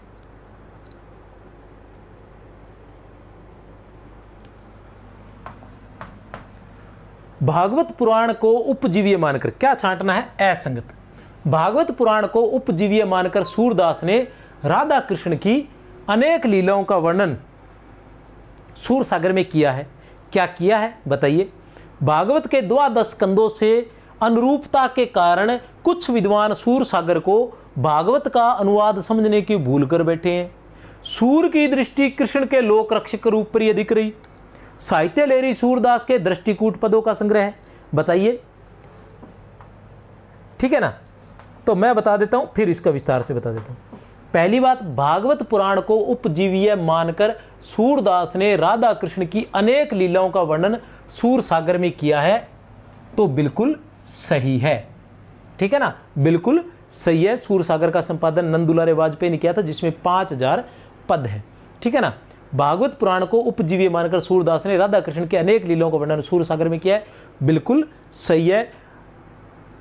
सूरदास जी की 3 रचनाएं मानी जाती है महत्वपूर्ण। वैसे तो 25 रचनाएं मानी जाती है, लेकिन प्रमुख रूप से 3 ही रचनाएं मानी जाती है, सूर सागर साहित्य लहरी और सूर सागर साहित्य लहरी और सूर सारावली। सूर सारावली, जो सूर सागर है उसमें 10,000 पद भी माने जाते हैं, और ऐसा कहा जाता है कि जो मूल प्रति है उसके अंदर 1.25 लाख पद तक थे, ऐसा भी कुछ लोगों ने कहा है। साहित्य लहरी जो है, जिसकी रचना 1607 ईस्वी में हुई थी, और जिसमें दृष्टिकूट पद है, लगभग 118 दृष्टिकूट पद है, और 118वां पद जो है वो उसे अप्रमाणिक माना जाता है। उसी 118वें पद में ही सूरदास ने अपनी वंश परंपरा का बताया और स्वयं को चंद्रप्रदायी का वंशज माना है। भागवत के 12 स्कंदों से अनुरूपता के कारण कुछ विद्वान सूर सागर को भागवत का अनुवाद समझने की भूल कर बैठे हैं, बिल्कुल सही है। कुछ लोग इसको अनुवाद भी कह रहे हैं। भागवत में भी कितने हैं, 12 स्कंद है, और सूर सागर में भी कितने हैं, 12 स्कंद है। लेकिन सूर सागर की जो भ्रमर गीत है वो किससे लिया गया है, वो भागवत के 10वें स्कंद से लिया गया है। किससे, भागवत के 10वें स्कंद से लिया गया है। सूर की दृष्टि कृष्ण के लोक रक्षक रूप पर ये दिख रही नहीं रही। उत्तर है स। उत्तर स कैसे है, लोक रक्षक पर नहीं रही, लोक रंजक पर। लोक की रक्षा करने वाले नहीं, लोक को खुश करने वाले, लोक का मनोरंजन करने वाले, ठीक है ना, लोक में श्रृंगारिक भावना भरने वाले, लोक को लोक से जोड़ने वाले, ठीक है ना, सूर की दृष्टि कृष्ण के लोक रंजक प्ररूप पर दिख रही। तुलसीदास जी थे जिनकी जो दृष्टि है वो राम के लोक रक्षक रूप पर दिख रही थी। साहित्य लहरी जो है वो सूरदास के दृष्टिकूट पदों का संग्रह, बिल्कुल सही है, दृष्टिकूट पद है इसके अंदर। कौन से पद है? दृष्टिकूट पद है। अष्टछाप के नंददास से संबंधित असंगत कथन है। बताइए, ये असंगत कथन नहीं है, ये क्या है कि अपने आप में आपके लिए जानने के लिए है कि नंददास जी के कुंभनदास जी के बारे में असंगत कथन है। तो ये कुंभनदास जी के बारे में जानने के लिए सारी विशेषताएं कुंभनदास की आयु में अष्टछाप के सबसे बड़े कवि, 1492 ईस्वी में वल्लभाचार्य जी से दीक्षा ग्रहण की। इनके पद राग कल्पद्रुम, राग रत्नाकर, वर्षोत्सव कीर्तन, वसंत दमार कीर्तन आदि में संकलित है। कांकरोली विद्या विभाग से प्रकाशित पद संग्रह में इनके 384 पद है। बताइए क्या रहेगा उत्तर? आयु में अष्टछाप के सबसे बड़े कवि थे, बिल्कुल सही है। ये बात जो है वो बिल्कुल सही है, असंगत नहीं है। अष्टछाप के सबसे बड़े कवि थे। कुंभनदास का जन्म 1468 ईस्वी में हुआ था। कुंभनदास का जन्म जो है वो 1468 ईस्वी में हुआ था। अष्टछाप के सबसे बड़े कवि थे जिन्हें अकबर ने अपने दरबार में बुलाया था। अकबर ने किसी के मुंह से कुंभनदास का लिखा हुआ पद गाते हुए सुन लिया था, तो उन्हें बहुत प्रिय लगा। तो उन्होंने कहा कि ये पद जिसने लिखा है उसी के मुंह से अगर सुना जाए तो कितना अच्छा लगेगा। इसलिए उन्होंने जो है कुंभनदास जी को सीकरी, फतेहपुर सीकरी बुलाया था। जब ये फतेहपुर सीकरी गए तब उन्होंने एक पद सुनाया, ठीक है ना। वो पद ये था कि भक्तन को का सीकरी सो काम, भक्तन को का सीकरी सो काम, आवत जावत पनैया टूटी, बिसरी ग्यो हरि नाम, और जाको मुख देखे दुख लागे, ताको दूरी करो परिणाम। हालांकि ऐसा कहने पर भी कि जिसका मुख देखने से दुख मिले उसे दूर से ही प्रणाम कर लेना चाहिए, तो ऐसा कहने पर भी अकबर खुश हुए और उन्होंने कहा कि मांगो, क्या मांगते हो? तब उन्होंने कहा कि मैं यही मांगता हूं कि भविष्य में मुझे कभी फतेहपुर सीकरी मत बुलाना। तो वो थे कुंभनदास जी। कुंभनदास जी के बेटे थे चतुर्भुजदास, जिनका जन्म 1530 ईस्वी में हुआ था। सबसे बड़े थे कुंभनदास। आयु में अष्टछाप के सबसे बड़े कवि 1492 ईस्वी में इन्होंने वल्लभाचार्य जी से दीक्षा ग्रहण की थी, बिल्कुल सही है। वल्लभाचार्य जी के वैसे तो कितने शिष्य थे? 84 शिष्य थे। कितने शिष्य थे? 84 शिष्य थे। लेकिन अष्टछाप में इनके कितने शिष्य थे?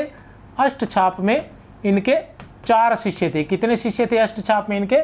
4 शिष्य थे। उन शिष्यों के नाम क्या थे? एक था कुंभनदास,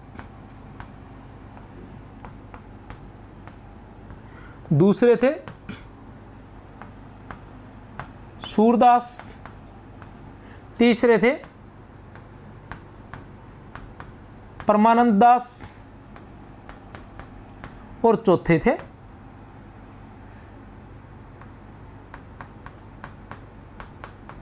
कृष्णदास। 4 नंबर पर कृष्णदास। कुंभनदास का जन्म 1468 ईस्वी, सूरदास का जन्म 1478 ईस्वी, परमानंद दास का जन्म 1493 ईस्वी, कृष्णदास का जन्म 1496 ईस्वी माना जाता है। अष्टछाप की स्थापना किसने की थी? अष्टछाप की स्थापना 1565 ईस्वी में किसने की थी? विठलनाथ ने, वल्लभाचार्य जी के बेटे विठलनाथ ने। इनके पद राग कल्पद्रुम, राग रत्नाकर, वर्षोत्सव कीर्तन और वसंत दमार कीर्तन आदि में संकलित है, बिल्कुल सही बात है। कुंभनदास जी के पद जो है वो राग कल्पद्रुम में भी मिलते हैं, राग रत्नाकर में भी मिलते हैं, वर्षोत्सव कीर्तन में भी मिलते हैं और वसंत दमार कीर्तन में भी मिलते हैं। कांकरोली विद्या विभाग से प्रकाशित पद संग्रह, कांकरोली विद्या विभाग से प्रकाशित पद संग्रह में इनके 384 पद नहीं है, ये असंगत है। उत्तर है द। ये 168 पद है, शायद देख लेते हैं विशेष में। ये 168 पद है। कांकरोली विद्या विभाग से प्रकाशित पद संग्रह में इनके 186 पद, 68 नहीं है सॉरी, 186 पद है। कितने? 186 पद है। कांकरोली विद्या विभाग से प्रकाशित पद संग्रह में इनके 186 पद है। जबकि एक दूसरा संकलन नाथ द्वारा पुस्तकालय में भी बताया जाता है, नाथ द्वारा पुस्तकालय में भी, उसमें 367 पद है, उसमें 300। नाथ द्वारा पुस्तकालय वाले में, नाथ द्वारा पुस्तकालय वाले पद संग्रह में 367 पद है, और कांकरोली विद्या विभाग वाले में 186 पद है। चलते हैं आगे। दान लीला और ध्रुव चरित रचनाएं किस अष्टछाप कवि की है? दान लीला और ध्रुव चरित रचनाएं किस अष्टछाप कवि की है, बताइए कौन सी रचनाएं? एक है दान लीला और दूसरी है ध्रुव चरित, ठीक है ना। सूरदास, नंददास, परमानंददास और कृष्णदास, तो किसकी है? परमानंद दास की रचना है। किसकी रचना है ये? परमानंद दास की रचनाएं है। परमानंद की प्रमुख रचनाएं हैं परमानंद सागर,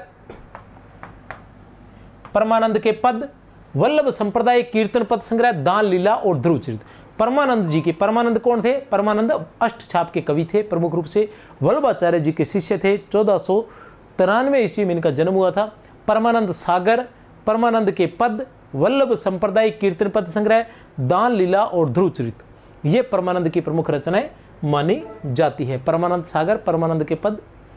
ऐसा किस कवि के बारे में कहा जाता है कि अष्टछाप के कवियों में काव्य सौष्ठव की दृष्टि से सूरदास और नंददास के बाद उन्हीं का स्थान है? ऐसा किस कवि के बारे में कहा जाता है? ऐसा किस कवि के बारे में कहा जाता है कि अष्टछाप के कवियों में, अष्टछाप के कवियों में सूरदास और नंददास, पहले स्थान पर कौन है? सूरदास जी। दूसरे स्थान पर कौन है? नंददास जी। अब तीसरे स्थान पर कौन माने जाते हैं? तो वो माने जाते हैं हमारे परमानंद दास जी। कौन माने जाते हैं? परमानंद दास जी।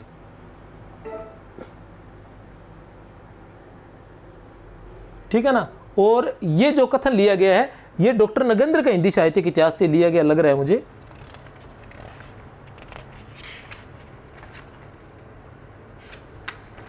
डॉक्टर नगेंद्र के हिंदी साहित्य के इतिहास से है। डॉक्टर नगेंद्र के हिंदी साहित्य के अनुसार तीसरा नंबर जो परमानंद दास का आता है, पहला नंबर किसका आता है? पहला नंबर आता है सूरदास का,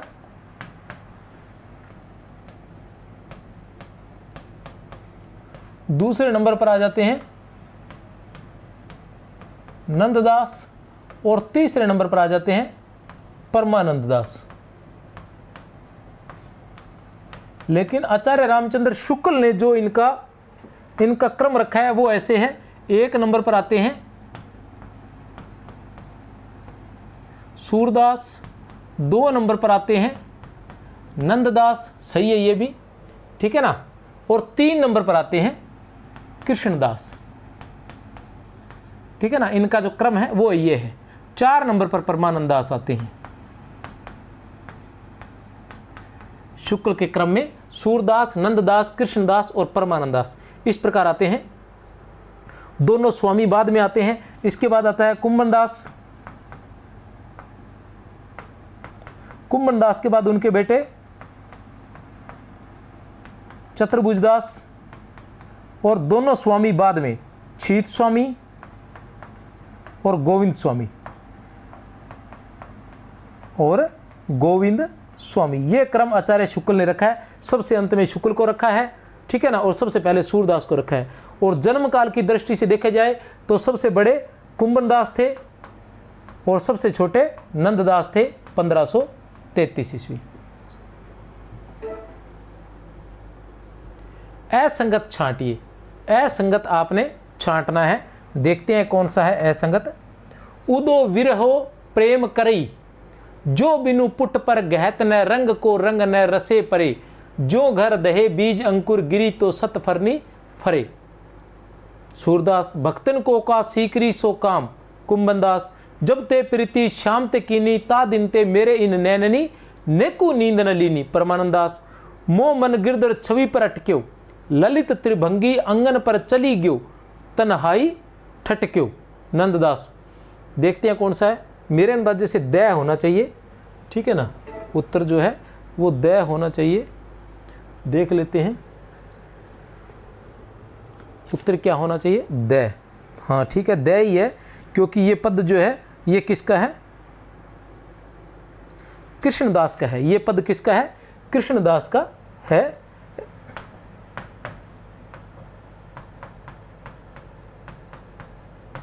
ठीक है ना। उदो विरो प्रेम करे जो बिनु पुट पर गहत, न रंग को रंग न रसे परे। ये भी महत्वपूर्ण है, नगेंद्र के इतिहास से लिए गए। भक्तन को का सीकरी से काम, इसे जानते ही है। और जब ते प्रीति श्याम ते किनी ता दिन ते इन मेरे नैननी नेकु नींद न लीनी परमानंद। जब ते प्रीति श्याम ते किनी ता दिन ते मेरे नैननी नेकु नींद न लीनी, बहुत ही महत्वपूर्ण है। और आखिरी पद भी महत्वपूर्ण है कृष्णदास जी का, मो मन गिरधर छवि पर अटक्यो, मो मन गिरधर छवि पर अटक्यो, ललित त्रिभंगी अंगन पर चली ग्यो तहाई ठटक्यो। ये पद भी महत्वपूर्ण है, कृष्णदास जी का पद है। नंददास से संबंधित असंगत कथन है, नंददास से संबंधित असंगत कथन है। अनेकार्थ मंजरी एक प्रकार का पर्यायवाची कोश ग्रंथ है। मान मंजरी में शब्दों के पर्यायवाची है। वीर्य मंजरी कलात्मक काव्य है। नंददास के संपूर्ण ग्रंथ परिमार्जित ब्रजभाषा में है। देखते हैं असंगत क्या है, क्या देखना है। ये हमेशा ध्यान रखें कि प्रश्न में देखना क्या है, प्रश्न में देखना क्या है, ये ध्यान रखें। प्रश्न को भी बहुत ही ध्यान से पढ़ें। तो क्या है, नंददास से संबंधित असंगत कथन है। अनेकार्थ मंजरी एक प्रकार का पर्यायवाची कोश ग्रंथ है, बिल्कुल संगत कथन है, बिल्कुल सही बात है। मान मंजरी में शब्दों के पर्यायवाची है। अनेकार्थ मंजरी में तो पर्यायवाची कोश ग्रंथ है। अनेकार्थ मंजरी क्या है, पर्यायवाची कोश ग्रंथ है, ठीक है ना। और मान मंजरी में शब्दों के पर्यायवाची हैं। वीर्य मंजरी कलात्मक काव्य, वीर्य मंजरी जो है, वीर्य जो होता है वो कलात्मक कैसे होगा, यह है भावात्मक काव्य है। वीर्य मंजरी जो है वो कलात्मक काव्य नहीं, भावात्मक काव्य है। उत्तर है स। उत्तर क्या होगा, उत्तर होगा हमारा स। नंददास के संपूर्ण ग्रंथ परिमार्जित ब्रजभाषा में है। नंददास को तो जड़िया की उपाधि दी गई थी, तो उससे बढ़िया शब्दों का प्रयोग और किसी ने नहीं किया है कृष्ण काव्य में। लेकिन एक जगह ऐसा कहा जाता है कि हित हरिवंश जी ने उनसे भी बढ़िया शब्दों का प्रयोग किया था, वो बस उपाधि जो है वो नंददास को दे दी गई है। नंददास की किस रचना में छंद की प्रथम पंक्ति में पर्यायवाची है और दूसरी में कवि ने उस शब्द का प्रयोग कर दूती द्वारा राधा के श्रृंगार का वर्णन किया है, जो नंददास के भाषा विषयक प्रौढ़ ज्ञान और पांडित्य का द्योतक है। देखते हैं कौन सा है, क्या है, नंददास की किस रचना में क्या है, छंद की प्रथम पंक्ति में पर्यायवाची है। छंद की प्रथम पंक्ति में तो क्या है, पर्यायवाची है। और दूसरी में कवि ने उस शब्द का प्रयोग कर दूती द्वारा राधा के श्रृंगार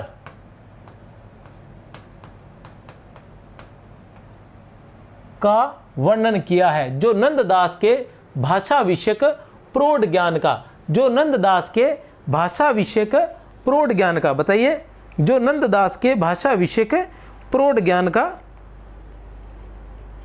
किसमें से है, उत्तर है मान मंजरी।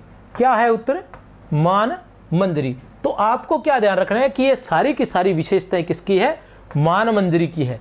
मान मंजरी की क्या विशेषता है कि इसके प्रत्येक छंद में प्रथम पंक्ति में पर्यायवाची रखे गए हैं, शब्द के प्रथम पंक्ति में पर्यायवाची है और दूसरी में उस शब्द का प्रयोग करते हुए राधा द्वारा, दूती द्वारा राधा के श्रृंगार का वर्णन किया गया है। दूती द्वारा राधा के श्रृंगार का वर्णन किया गया किसमें, मान मंजरी में। याद रख लेना किसमें, मान मंजरी में। मान मंजरी में क्या है, शब्दों के पर्यायवाची है। नंददास की किस रचना में कृष्ण के वियोग में एक ब्रजवासी की वीर दशा का वर्णन है, जिसमें कथानक के बिना केवल काल्पनिक वियोग को ही भावात्मक शैली में वर्णित किया गया है। नंददास की किस रचना में कृष्ण के वियोग में एक ब्रजवासी की वीर दशा का वर्णन है, जिसमें कथानक के बिना केवल काल्पनिक वियोग को ही भावात्मक शैली में वर्णित किया गया है, वीर मंजरी। वीर का वर्णन वीर मंजरी में ही, वीर मंजरी है क्या,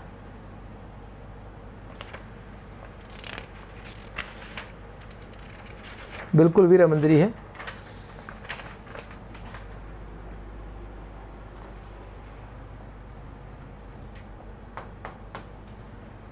व्याख्याता संपूर्ण कोर्स, ये अपनी पुस्तक है 7200, ठीक है। आप गूगल पर सर्च मार के देख सकते हैं और कहीं से भी खरीद सकते हैं रेट देखकर। पहले इसमें वस्तुनिष्ठ 7200 वस्तुनिष्ठ प्रश्न है, प्रत्येक प्रश्न को व्याख्या सहित करवाया गया है और प्रारंभ में इसका सार संग्रह भी है। पहले प्रत्येक बिंदु, सभी बिंदु करवाए गए हैं, आप देख के ही खरीदें। उसके अलावा व्याख्याता टेस्ट सीरीज 150 वीडियो मिलेंगे केवल 149 रुपये में। वरिष्ठ अध्यापक के भी 150 मिलेंगे, लेकिन ये इससे ज़्यादा भी हो सकते हैं, चिंता न करें। डॉक्टर नगेंद्र के हिंदी साहित्य के 50 वीडियो केवल 149 में, आचार्य शुक्ल के 50 वीडियो केवल 149 रुपये में उपलब्ध है, आप ले सकते हैं। अगर आपने चैनल को सब्सक्राइब नहीं किया है तो चैनल को सब्सक्राइब कर लें। और ये जो है इसकी PDF इस बार तैयार है, इस बार आपको सभी की सभी PDF साथ के साथ मिलती रहेगी, ठीक है ना। टेस्ट यहाँ करवाया जाएगा, साथ का साथ आपको WhatsApp पर और विशेषकर से ऐप पर जो है फ्री नोट्स नाम से फोल्डर बनाया गया है, वहाँ मैं फ्री नोट्स डालता रहता हूँ और वो PDF वहाँ रहती है। आप PDF निकलवा भी सकते हैं, इनको रख भी सकते हैं अपने पास। सरस एवं मार्मिक प्रसंगों की उद्भावना में जैसे सरस एवं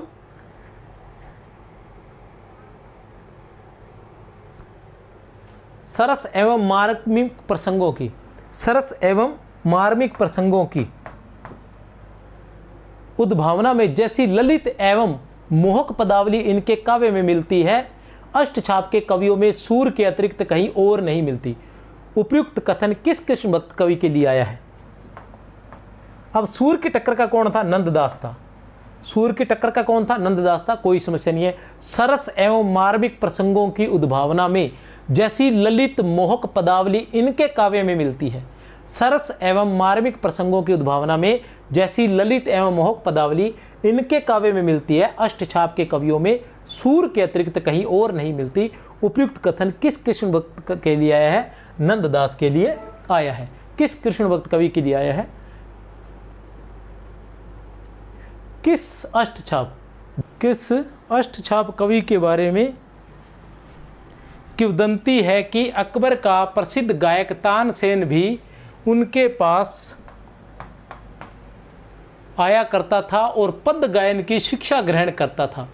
किस अष्टछाप कवि के बारे में? किस अष्टछाप कवि के बारे में किंवदंती है? किस अष्टछाप कवि के बारे में? तो आसान सी बात है, गोविंद स्वामी के बारे में। किसके बारे में? गोविंद स्वामी के बारे में किंवदंती है। अकबर का प्रसिद्ध गायक तानसेन, तो अष्टछाप वालों के साथ इनका बड़ा संबंध था भाई। तो कहने का तात्पर्य ये है कि अकबर ने कुंभन दास को भी बुलाया था और इनका जो गायक था तानसेन वो गोविंद स्वामी के पास आया करता था। ठीक है जी।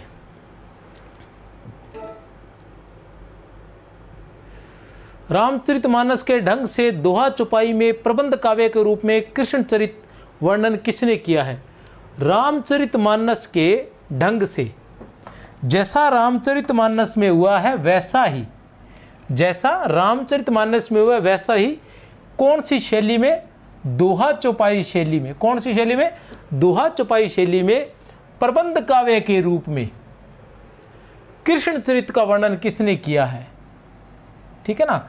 जैसा राम का वर्णन रामचरितमानस में हुआ है वैसा ही वर्णन किसने किया है? तो वो किया है ब्रजवासी दास ने। किसने किया है? ब्रजवासी दास में। किस रचना में किया है? ब्रजविलास में। किस रचना में? ब्रजविलास में। कब किया है वो भी देख लेते हैं हम कि 1752 ईस्वी में। कब? 1752 ईस्वी में ब्रजवासी दास ने अपनी रचना ब्रजविलास में, 1752 ईस्वी में ब्रजवासी दास ने अपनी रचना ब्रजविलास में प्रबंध काव्य में तुलसीदास की रामचरितमानस के ढंग पर दोहा चौपाई शैली का प्रयोग किया है। यह ग्रंथ बहुत साधारण कोटि का है। कोटि का हुआ है। इसका वैसा प्रसार न हो सका। इसका वैसा प्रसार न हो सका। ब्रजवासी दास ने प्रबोध चंद्रोदय नाटक का अनुवाद भी किया था। इन्हीं ब्रजवासी दास ने प्रबोध चंद्रोदय नाटक का अनुवाद भी किया था। सूर सागर में जगह जगह दृष्टिकूट पद मिलते हैं। सूर सागर में जगह जगह दृष्टिकूट पद मिलते हैं। यह भी विद्यापति का अनुकरण है। सारंग शब्द को लेकर सूर ने कई जगह कूटपद कहे हैं। उपयुक्त कथन किसका है? सूर सागर में जगह जगह दृष्टिकूट पद मिलते हैं। बिल्कुल सही है, सूर सागर में भी। अच्छा, सूर सागर में भी दृष्टिकूट पद मिलते हैं। वैसे दृष्टिकूट पद किस में है? साहित्य लहरी में है। वैसे तो दृष्टिकूट पद किसमें मिलते हैं? साहित्य लहरी में दृष्टिकूट पद है। कितने पद हैं? 118 पद है। यह भी विद्यापति का अनुकरण है। सारंग शब्द को लेकर सूर ने कई जगह कूटपद कहे हैं। किसका कथन है?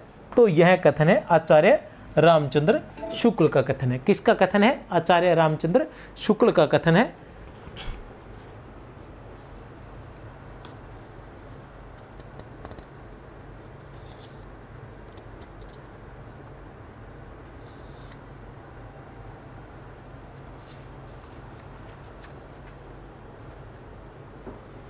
किसका कथन है? आचार्य रामचंद्र शुक्ल का कथन है।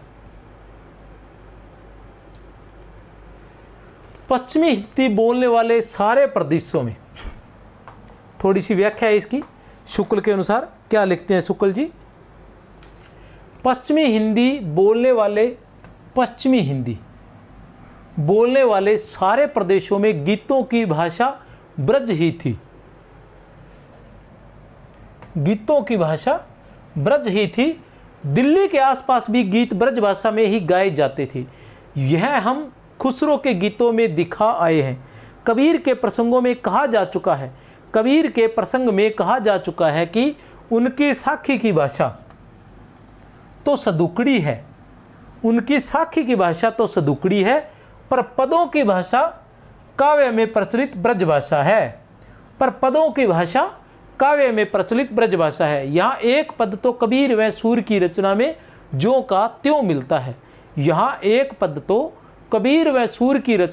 का त्यों मिलता है। दोनों की रचनाओं में एक जैसा मिलता है हरि भजन को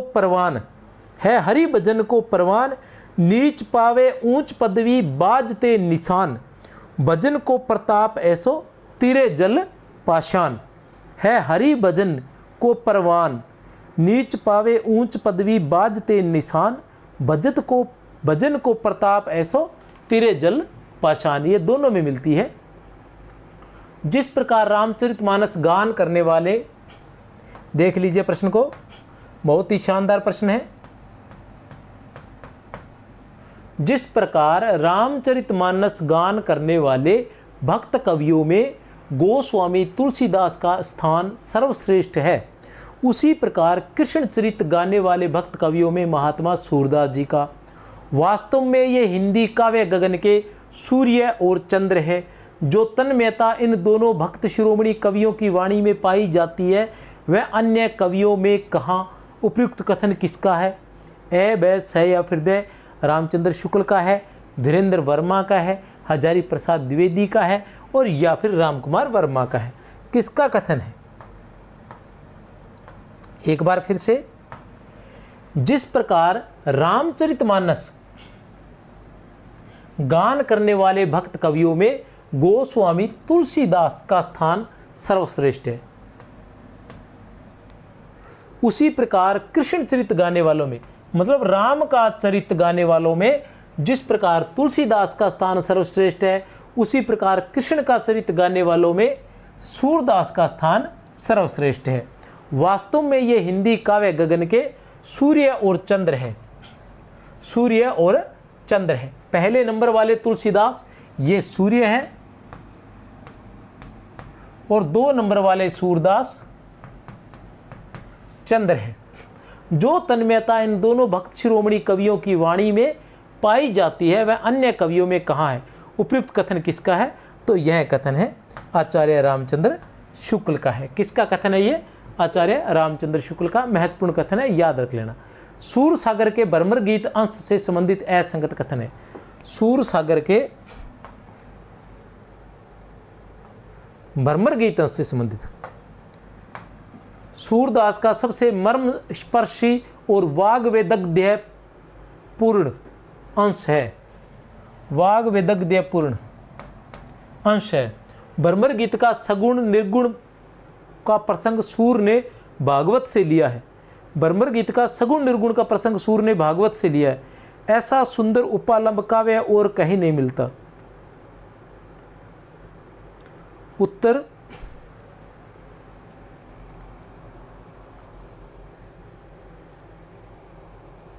उत्तर ब होना चाहिए, क्योंकि सगुण निर्गुण भागवत में नहीं होना चाहिए 100%।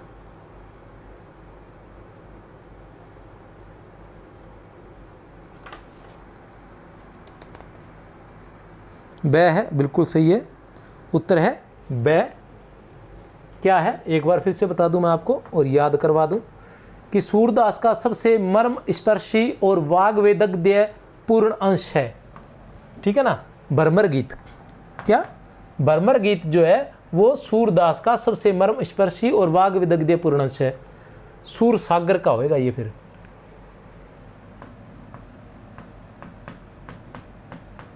भरमर गीत जो है वो सूर सागर का सबसे मर्म स्पर्शी और वाग विदग्ध्य पूर्ण अंश है। भरमर गीत का सगुण निर्गुण का प्रसंग सूर ने भागवत से लिया, ये उत्तर ब है, ये नहीं है, क्योंकि भागवत में सगुण निर्गुण का कुछ नहीं है। ऐसा सुंदर उपालंब काव्य और कहीं नहीं मिलता, बिल्कुल सही है। उपालंब काव्य किसने कहा है भरमर गीत को? शुक्ल ने। साथ में ध्वनि काव्य भी कहा है शायद।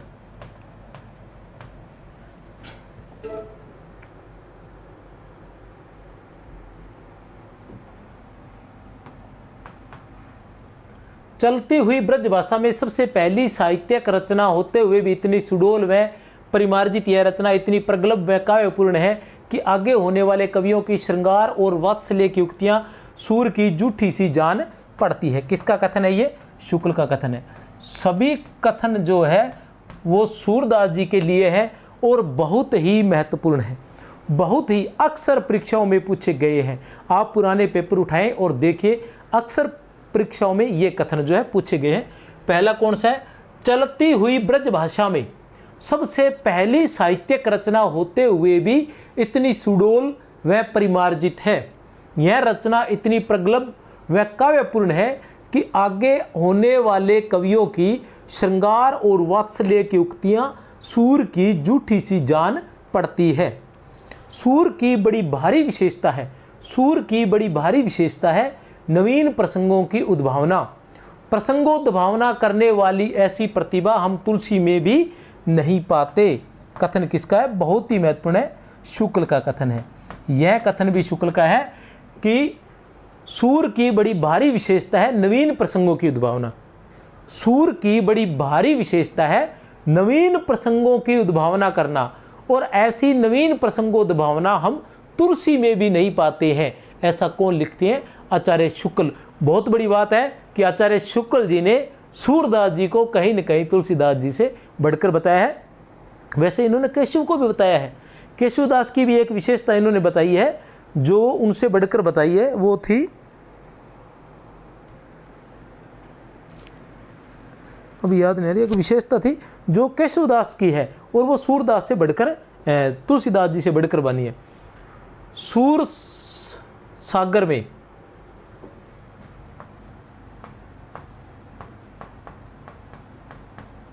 सूर सागर में गोपियों की वचन वक्रता अत्यंत मनोहारिणी है। ऐसा सुंदर और भव्य उपालंब और कहीं नहीं मिलता। वचन वक्रता अत्यंत मनोहारी है। सूर सागर के भरमर गीत प्रसंग में सूरदास ने सगुणोपासना का निरूपण बड़े ही मार्मिक ढंग, हृदय की अनुभूति के आधार पर किया है, तर्क पद्धति पर नहीं। निर्गुण पर सगुण की विजय का और सगुण का गुणगान जो किया है वो किस पर किया है? हृदय की अनुभूति के आधार पर किया है, तार्किक पद्धति के आधार पर नहीं। हृदय की अनुभूति के आधार पर किया है। इसकी जो सूरदास की जो गोपियां हैं वो भावुक अधिक है और नंददास की गोपियां जो है वो तार्किक अधिक है। ये अंतर है दोनों में, बहुत ही महत्वपूर्ण है। ये कथन भी आचार्य शुक्ल का है। सभी के सभी कथन जो है आचार्य रामचंद्र शुक्ल के हैं। आचार्य रामचंद्र शुक्ल अनुसार नंददास को तुलसीदास का भाई किस रचना में कहा गया है? आचार्य रामचंद्र शुक्ल के अनुसार नंददास को तुलसीदास का भाई किस रचना में कहा गया है? भक्तमाल में होना चाहिए। किसमें? भक्तमाल में। देख लेते हैं बाकी।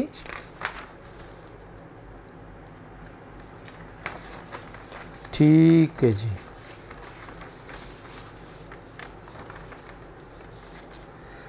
चौरासी वैष्णव की 252 वैष्णव की वार्ता में कहा गया है जी। ठीक है जी, गलत हो गया जी।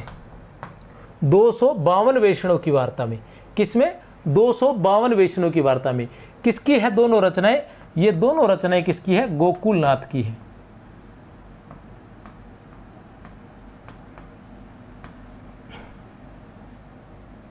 गोकुलनाथ कौन थे?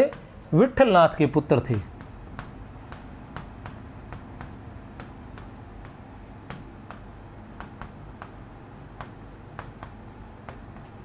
विठलनाथ कौन थे? वल्लभाचार्य के पुत्र थे। ये तो जानते हैं आप अच्छे से, फिर भी याद करवा दूं, कुछ विद्यार्थियों को याद नहीं होता है। वल्लभाचार्य के पुत्र थे। 84 वैष्णव की वार्ता, वल्लभाचार्य के 84 वैष्णव, 84 शिष्य। और 252 वैष्णव की वार्ता विठलनाथ के शिष्य।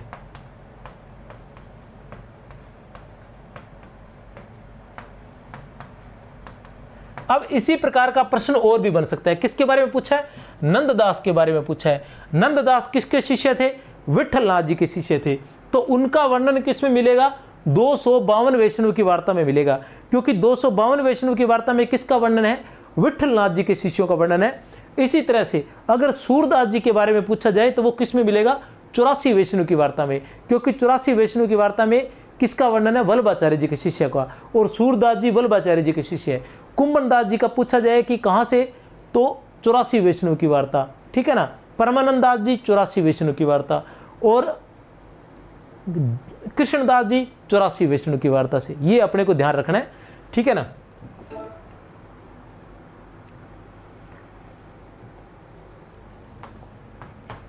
नाभादास कृत भक्तमाल में नंददास पर इतना ही मिलता है, चंद्रहास अग्रज सुहृदय परम प्रेम पथ पगे। चंद्रहास अग्रज सुहृद प्रेम पथ पगे। चंद्रहास अग्रज सुहृद प्रेम परम प्रेम पथ पगे। 252 वैष्णव की वार्ता में नंददास को तुलसीदास का भाई बताया गया है। वार्ता में स्पष्ट लिखा है, 252 वैष्णव की वार्ता में स्पष्ट लिखा है कि नंददास जी का कृष्णोपासक होना तुलसीदास को अच्छा नहीं लगा। उन्होंने उल्हाना लिखकर भेजा, पर यह बात अब सिद्ध हो चुकी है कि तुलसीदास का नंददास जी से कोई संबंध न था। वार्ता में एक प्रसंग यह भी है कि नंददास जी द्वारका जाते समय सिंधु नद में ग्राम में एक वार्ता में एक प्रसंग यह भी है कि नंददास जी द्वारका जाते समय सिंधु नद ग्राम में एक खतरानी पर आसक्त हो गए थे। ये उनके घर के चक्कर लगाने लगे। वे इनसे परेशान होकर गोकुल चले गए, तो नंददास जी भी पीछे पीछे गोकुल चले गए। वहाँ विठलनाथ जी के सदुपदेश से इनका मोह छूटा और ये उनके शिष्य हो गए। ऐसा प्रसंग जो है 84 वैष्णव की वार्ता में आया हुआ है कि नंददास जी द्वारका जाते समय सिंधु नद ग्राम में एक खतरानी पर आसक्त हो गए थे। एक खतरानी पर आसक्त हो गए थे। रसकान का भी है ना, रसकान का भी एक प्रसंग है कि वो एक स्त्री पर आसक्त हो गए थे जो मानवती थी और वो उनको ज़्यादा महत्व नहीं देती थी। तब उन्होंने कहा, उन्होंने फारसी के अंदर कुछ ऐसा पढ़ा जिसकी गोपियों के बारे में, श्री कृष्ण के बारे में, कि गोपियाँ किस प्रकार श्री कृष्ण से प्रेम करती थी। तब उन्होंने कहा कि अगर कोई श्री कृष्ण से जिनसे गोपियाँ इतना प्रेम करती थी तो मुझे भी उन श्री कृष्ण से प्रेम करना चाहिए। एक ये भी है कि वे किसी बनिए के लड़के पर आसक्त थे, रसकान, ठीक है ना। नंददास की सबसे प्रसिद्ध पुस्तक कौन सी है? तो अच्छे से ही जानते हैं आप, रास पंचाध्यायी। रास पंचाध्यायी जिसके अंदर 5 अध्याय है, जो रोला छंद में लिखी गई है और जिस पर इनको जड़िया की उपाधि प्राप्त हुई थी। रास पंचाध्यायी पर नंददास को जड़िया की उपाधि,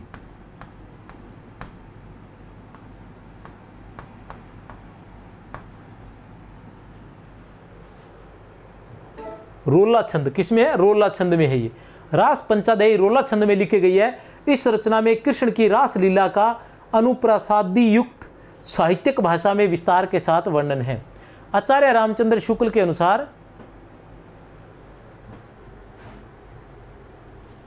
आचार्य रामचंद्र शुक्ल के अनुसार नंददास की कौन सी रचनाएं प्रकाशित हुई? आचार्य रामचंद्र शुक्ल के अनुसार नंददास की कौन सी 4 रचनाएं प्रकाशित हुई है?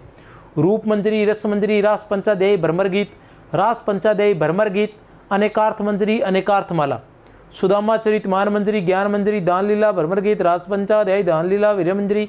तो कौन सी ब? रास पंचाध्यायी, भ्रमर गीत, अनेकार्थ मंजरी और अनेकार्थ नाम माला। बहुत ही आसानी से याद कर सकते हो। आचार्य शुक्ल के अनुसार नंददास की प्रमुख रचनाएं। आचार्य शुक्ल के अनुसार नंददास की प्रमुख रचनाएं तो वो कौन कौन सी है? पहले मैं याद कर चुका हूं, वैसे तो ये ट्रिक से इसी में शायद पहले प्रश्न आया था, उसमें करवाया था, लेकिन एक बार फिर से बता दूं कि आचार्य शुक्ल के अनुसार इनकी जो रचनाएं बड़ी आसानी से याद की जा सकती है कि सबसे पहले तो ये सारी रचनाएं कहाँ से? भागवत दशम स्कंद। तो सबसे पहले हम लेंगे भागवत दशम स्कंद। सबसे पहले हम लेंगे भागवत दशम स्कंद। 2 नंबर पर इनकी प्रमुख रचना कौन सी है? रास पंचाध्यायी। तो 2 नंबर पर इनकी आ गई रास पंचाध्यायी। 3 पर हम याद कर लेंगे रुक्मणी मंगल। 3 पर हम याद कर लेंगे रुक्मणी मंगल। उसके बाद हम याद करेंगे मान रूपी विरह के, मान रूपी या रस रूपी, रस रूपी मान के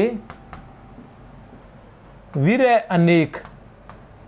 थोड़ा बहुत चेंज होएगा तो वो देख लेंगे, ठीक है ना। अब देखो रस, रस से आ गया रस मंजरी,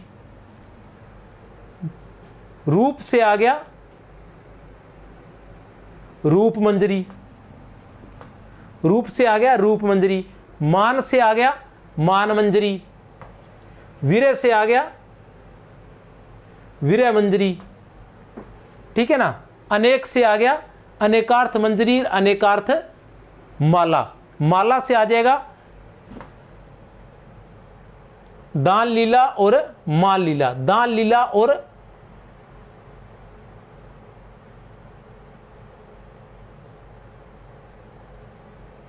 फिर है ज्ञान मंजरी, मान मंजरी से ज्ञान मंजरी हो जाएगा।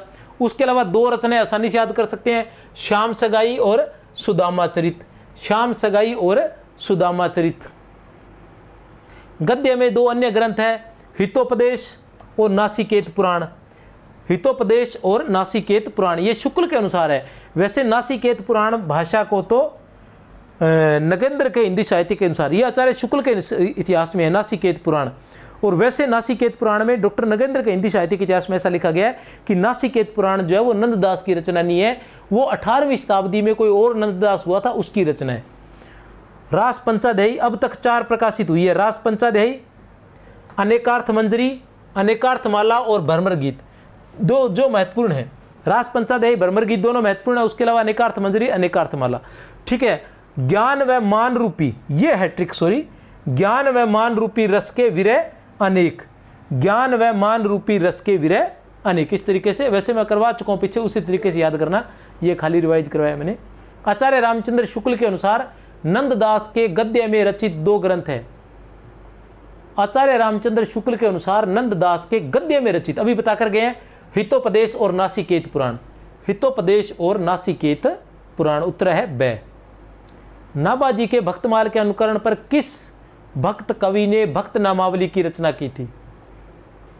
नाभाजी के, नाभाजी मतलब नाभादास जी के भक्तमाल के अनुकरण पर किस कृष्ण भक्त कवि ने भक्त नामावली, किसकी? भक्त नामावली की रचना की थी। तो किसने की थी? बहुत ही महत्वपूर्ण थी, ये प्रसिद्ध रचना है ध्रुवदास ने। ध्रुवदास ने जो है भक्त नामावली की रचना की थी।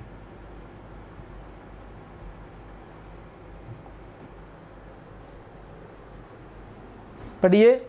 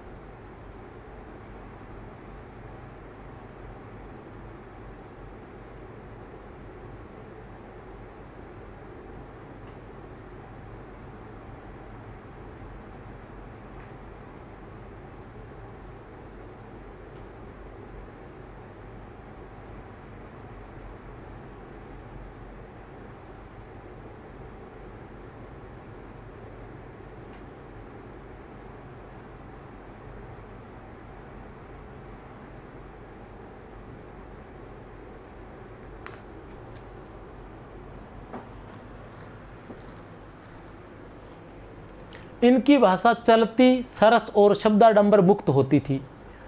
शुद्ध ब्रज भाषा का जो चलतापन और सफाई इनकी और गणानंद की रचनाओं में है वह अनंतर दुर्लभ है। आचार्य रामचंद्र शुक्ल का यह कथन किस कृष्ण भक्त कवि के लिए आया है? किसके लिए आया है? रसखान के लिए। इनकी भाषा चलती, सरस और शब्दाडंबर मुक्त होती थी। इनकी भाषा जो है वो चलती, सरस और शब्दाडंबर मुक्त होती थी। शुद्ध ब्रज भाषा का जो चलतापन और सफाई इनकी और गणानंद की रचनाओं में है वह अनंतर दुर्लभ है। आचार्य रामचंद्र शुक्ल का यह कथन किस कृष्ण भक्त कवि के लिए आया है? तो रसखान के लिए। आचार्य रामचंद्र शुक्ल के अनुसार, आचार्य रामचंद्र शुक्ल के अनुसार 252 वैष्णव की वार्ता में इनका वृत्तांत आया है। 252 वैष्णव की वार्ता में। तो रसखान किसके शिष्य थे? विठलनाथ जी के शिष्य थे। अब विठलनाथ जी के शिष्य है तो वृत्तांत किस में आएगा? 252 वैष्णव की वार्ता में, जिसके अनुसार पहले ये एक बनिए के लड़के पर आसक्त थे। एक दिन इन्होंने किसी को कहते हुए सुना कि भगवान से ऐसा प्रेम करना चाहिए जैसा रसखान का उस बनिए के लड़के पर है। इस बात से मर्माहत होकर ये श्रीनाथ जी को ढूंढते ढूंढते गोकुल आए और वहां गोसाई विठलनाथ जी से दीक्षा ली। यह आख्यायिका दूसरे रूप में प्रसिद्ध है। कहते हैं कि जिस स्त्री पर ये आसक्त थे वह बहुत मानवती थी और इनका अनादर किया करती थी। एक दिन ये श्रीमद् भागवत का फारसी तर्जुमा पढ़ रहे थे। एक दिन ये श्रीमद् भागवत का फारसी तर्जुमा पढ़ रहे थे। उसमें गोपियों के अनन्य और अलौकिक प्रेम को पढ़ इन्हें ध्यान हुआ कि क्यों न उसी से मन लगाया जाए जिस पर इतनी गोपियां मरती थी। इनकी रचनाएं प्रेम वाटिका जो दोहों में है, सुजान रसकान जो कवित स्वैयों में है। प्रेम वाटिका जो दोहों में है, सुजान रसकान जो कवित स्वैयों में है। व्यास जी से संबंधित असंगत कथन। प्रेम को उन्होंने शरीर व्यवहार से अलग ऐतन अर्थात शुद्ध मानसिक या आध्यात्मिक वस्तु कहा है। प्रेम को उन्होंने शरीर व्यवहार से अलग ऐतन अर्थात शुद्ध मानसिक या आध्यात्मिक वस्तु कहा है। ज्ञान, वैराग्य और भक्ति तीनों पर बहुत से पद और साख्या इनकी मिलती है। इन्होंने एक रास पंचाध्यायी भी लिखी। आचार्य रामचंद्र शुक्ल का उपयुक्त कथन किस कृष्ण भक्त के लिए आया है? प्रेम को उन्होंने शरीर व्यवहार से अलग ऐतन अर्थात शुद्ध मानसिक या आध्यात्मिक वस्तु का है। ज्ञान, वैराग्य और भक्ति तीनों पर बहुत से पद और साख्या इनकी मिलती है। इन्होंने एक रास पंचाध्यायी भी लिखी है। कौन हो सकते हैं? ये रसखान हो सकते हैं। कौन है?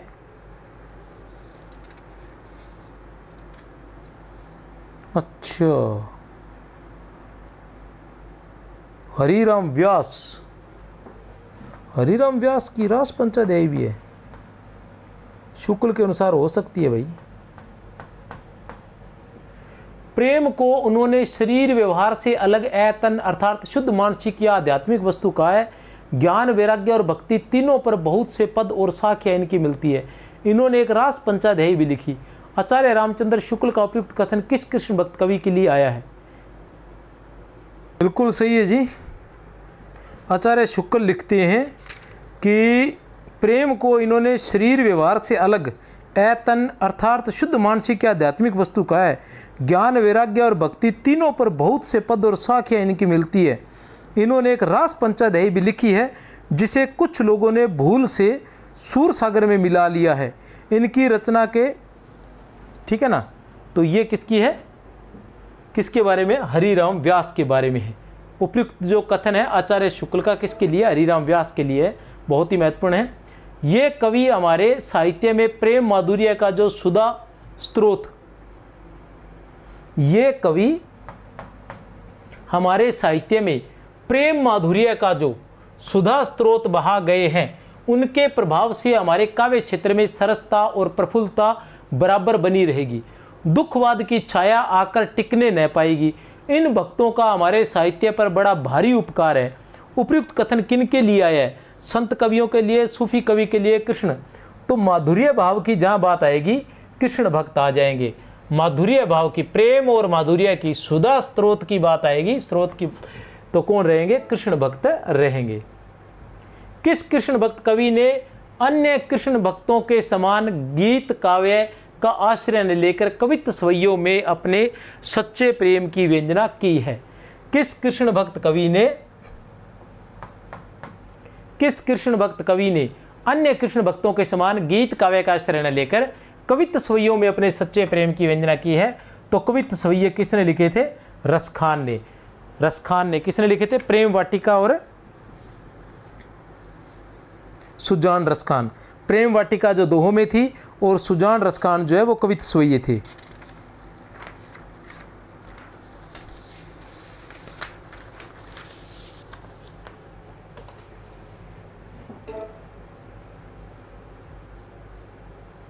निम्नलिखित में से अष्टछाप के कवि नहीं है। कौन नहीं है अष्टछाप के कवि? बहुत ही आसान है। रैदास जो है वो अष्टछाप के कवि नहीं है। कौन नहीं है? रैदास जो है वो अष्टछाप के कवि नहीं है। रैदास अष्टछाप के कवि नहीं है। रैदास भक्ति काल के अंतर्गत ज्ञानश्री शाखा के संत कवि है, कोई समस्या नहीं है। गोस्वामी विठलनाथ ने 1565 ईस्वी में, कब? 1565 ईस्वी में 4 वल्लभाचार्य और 4 अपने शिष्यों को मिलाकर अष्टछाप की स्थापना की थी। वल्लभाचार्य जी के कुल 84 तथा विठलनाथ के 252 शिष्य थे। अष्टछाप के प्रमुख कवि निम्नलिखित थे: कुंभनदास, सूरदास, परमानंदास, कृष्णदास, गोविंद स्वामी, छीत स्वामी, चतुर्भुजदास और नंददास। सबसे बड़े कुंभनदास थे, 1468 ईस्वी में इनका जन्म हुआ था। उसके बाद सूरदास 1478 ईस्वी में, उसके बाद परमानंदास 1493 ईस्वी, उसके बाद कृष्णदास 1496 ईस्वी, उसके बाद गोविंद स्वामी 1505 ईस्वी, उसके बाद छीत स्वामी 1515 ईस्वी, उसके बाद चतुर्भुजदास 1530 ईस्वी, उसके बाद नंददास सबसे छोटे 1533 ईस्वी। चतुर्भुजदास जो है वो कुंभनदास के बेटे थे, ठीक है ना। कुंभनदास प्रथम अष्टछापी कवि, ये जाति के क्षत्रिय थे। विठलनाथ जी ने सूरदास को पुष्टि मार्ग का जहाज कहा था, कोई समस्या नहीं है। स्वामी हरिदास द्वारा प्रवर्तित संप्रदाय है। स्वामी हरिदास द्वारा, हरिदास का कौन सा था? सखी संप्रदाय था। हरिदासी संप्रदाय, सखी संप्रदाय या टट्टी संप्रदाय, ठीक है ना। ये संप्रदाय किसके थे? स्वामी हरिदास जी के थे। स्वामी हरिदास द्वारा प्रवर्तित संप्रदाय सखी संप्रदाय है। स्वामी हरिदास ने वृंदावन में निम्बारक मत के अंतर्गत, स्वामी हरिदास ने वृंदावन में निम्बारक मत के अंतर्गत सखी संप्रदाय या टट्टी संप्रदाय की स्थापना की थी। स्वामी हरिदास अकबर के दरबारी कवि तानसेन के, ऐसा कहा था हरिदास जी से, तानसेन के गुरु थे, ऐसा भी कहा जाता है स्वामी हरिदास के बारे में। सखी संप्रदाय में निकुंज बिहारी भगवान श्री कृष्ण को सर्वोपरि माना जाता है। निकुंज बिहारी को याद रख लेना। हरिदासी संप्रदाय में निकुंज बिहारी को, इनके पद थे सिद्धांत के पद और केलीमाल, इनकी रचना ही है सिद्धांत के पद और केलीमाल। इनके जो प्रमुख भक्त है हरिदासी संप्रदाय के, जगन्नाथ गोस्वामी है, बिहारीन दास है, विठल विपुल है, नागरीदास है। ये सखी संप्रदाय के प्रमुख कवि थे, जगन्नाथ गोस्वामी, बिहारीन दास, विठल विपुल और नागरी दास। नंददास के व्यक्तित्व एवं कृतित्व के संबंध में कौन सा कथन सही नहीं है? नंददास के व्यक्तित्व और कृतित्व के संबंध में, वे गोस्वामी विठलनाथ के शिष्य थे। अष्टछाप के कवियों में वे ही सर्वाधिक प्रसिद्ध हुए। उनकी सर्वोत्कृष्ट रचनाएं रास पंचादयी और भंवर गीत है। रसमंजरी नायक नायिका भेद से संबंधित रचना है। ये बात बताएं, चलो देख लेते हैं। उत्तर है वे गोस्वामी विठलनाथ के शिष्य थे, बिल्कुल सही बात है। क्या देखना है? सही नहीं देखना है, तो ये तो सही है। अष्टछाप के कवियों में वे ही सर्वाधिक प्रसिद्ध हुए, ये नहीं है, क्योंकि उत्तर है बै। क्यों है बै? क्योंकि ये सर्वाधिक प्रसिद्ध नहीं थे, सर्वाधिक प्रसिद्ध सूरदास थे। उनकी सर्वोत्कृष्ट रचना रास पंचादयी है और भंवर गीत है, बिल्कुल सही है। इनकी रचना को प्रमुख रूप से भंवर गीत ही माना जाता है, भ्रमर गीत नहीं माना जाता। लेकिन शुक्ल ने इनकी रचना का नाम भ्रमर गीत ही माना है, जबकि नगेंद्र के इतिहास में भंवर गीत दिया है। रसमंजरी नायक नायिका भेद से संबंधित रचना है। रसमंजरी जो है वो नायक नायिका भेद से संबंधित रचना है। किस आचार्य के दार्शनिक सिद्धांत को भेदा भेदवाद के नाम से भी जाना जाता है? किस आचार्य के दार्शनिक सिद्धांत को भेदाभेदवाद के नाम से भी जाना जाता है? निम्बार्काचार्य। निम्बार्काचार्य के सिद्धांत को देख लेते हैं। निम्बार्क के बारे में क्या विशेष बात है? निम्बार्काचार्य द्वैताद्वैतवाद दार्शनिक सिद्धांत को भेदाभेदवाद के नाम से भी जाना जाता है। निम्बार्काचार्य के द्वैताद्वैतवाद दार्शनिक सिद्धांत को, निम्बार्काचार्य के द्वैताद्वैतवाद दार्शनिक सिद्धांत को भेदाभेदवाद के नाम से भी जाना जाता है। निम्बार्क संप्रदाय वैराग्यों के 4 संप्रदायों में अत्यंत प्राचीन संप्रदाय है। निम्बार्क संप्रदाय वैराग्यों के 4 संप्रदाय में अत्यंत प्राचीन संप्रदाय है।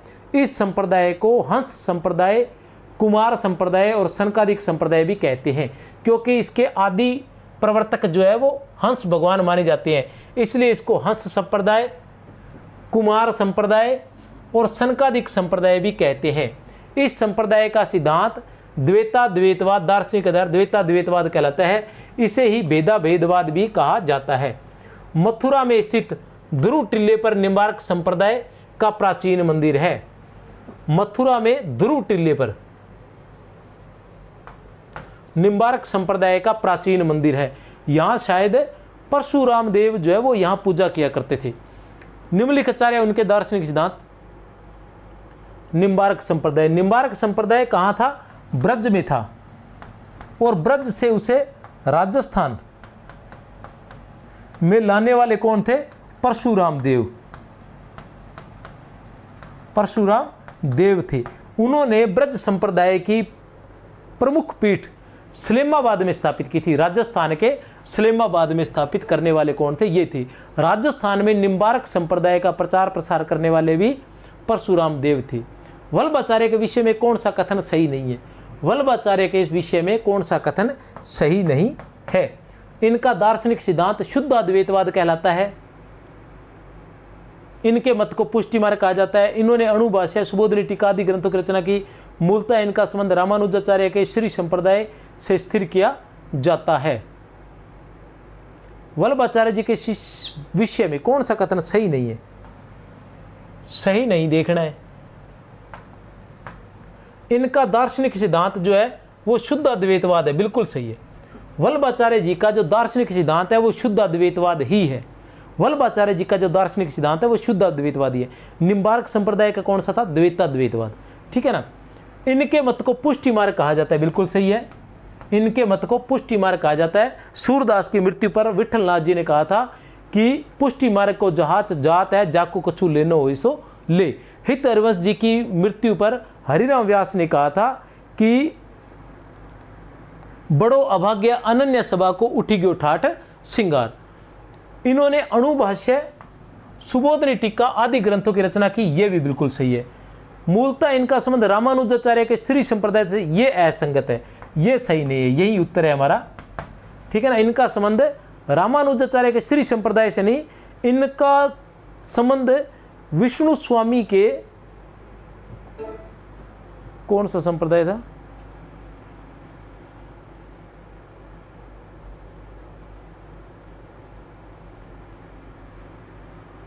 विष्णु स्वामी के रुद्र संप्रदाय से स्थिर किया जाता है।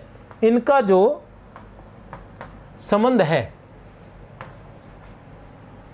विष्णु स्वामी के रुद्र संप्रदाय से, विष्णु स्वामी के रुद्र संप्रदाय से स्थिर किया जाता है। ठीक है ना। इनकी जो प्रमुख रचनाएं हैं वो है अणुभाष्य, तत्वदीप निबंध, पंचश्लोकी, पुरुषोत्तम शस्त्र नाम, पत्रावलंबन, मधुराष्टक, पूर्व मीमांसा भाष्य, सुबोधनी टीका। ये इनके प्रमुख ग्रंथ माने जाते हैं। अणुभाष्य, तत्वदीप निबंध, पंचश्लोकी, पुरुषोत्तम शस्त्रानाम, पत्रावलंबन, मधुराष्टक, पूर्व मीमांसा भाष्य और सुबोधनी टीका। भक्तिकालीन कृष्ण काव्य धारा के संबंध में कौन सा कथन सही नहीं है? भक्तिकालीन कृष्ण काव्य धारा के संबंध में कौन सा कथन सही नहीं है? इसकी एक सामान्य प्रकृति यह है कि यह अधिकतर प्रबंध रूप में रचा गया है। पुष्टि मार्गीय कृष्ण काव्य में गोपाल कृष्ण की बाल लीला को विशेष महत्व दिया गया है। कृष्ण काव्य का सर्वाधिक प्रिय विषय राधा कृष्ण की प्रेम लीला है। अधिकांश कृष्ण काव्य गीति पदम रचा गया। उत्तर है क्या? देखना है उत्तर। सही नहीं है। सही नहीं कौन सा है? इसकी एक सामान्य प्रकृति यह है कि यह अधिकतर प्रबंध रूपों में, यही उत्तर है ए, क्योंकि यह अधिकतर मुक्तक रूप में, पहले बता चुका हूं कृष्ण काव्य की अगर बात आएगी तो मुक्तक या गीति काव्य आएगा, मुक्तक या गीति काव्य, देखो गीति पद, प्रबंध काव्य नहीं आएगा। आचार्य शुक्ल कहते हैं कि जिस प्रकार का कृष्ण काव्य लिखा गया था वह प्रबंध के लायक नहीं था, उसमें गीतों के लायक या मुक्तक के लायक ही था। पुष्टि मार्गी कृष्ण काव्य में गोपाल कृष्ण की बाल लीला का वर्णन बिल्कुल सही है, गोपाल कृष्ण की बाल लीलाओं का विशेष महत्व दिया गया है। कृष्ण काव्य का सर्वाधिक प्रिय विषय राधा कृष्ण की प्रेम लीला है।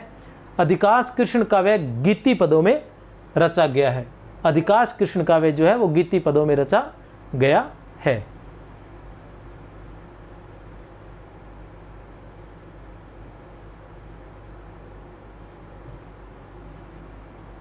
चतुर्भुज दास के संबंध में असंगत कथन है। निम्नलिखित में से चतुर्भुज दास के संबंध में सही नहीं है। कुंभन दास के पुत्र थे, सही है। इनकी भाषा तत्सम प्रधान थी, सही है। इनके 2 ग्रंथ मिलते हैं,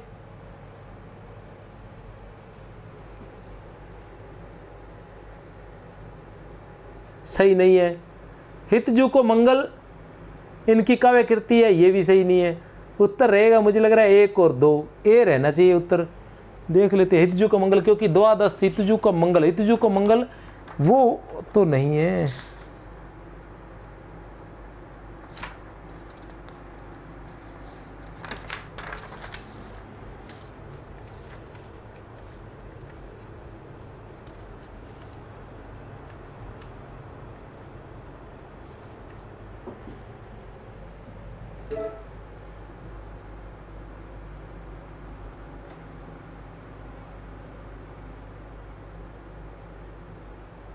कुंभन दास के पुत्र थे, एक तो सही है बिल्कुल। इनकी भाषा तत्सम प्रधान थी,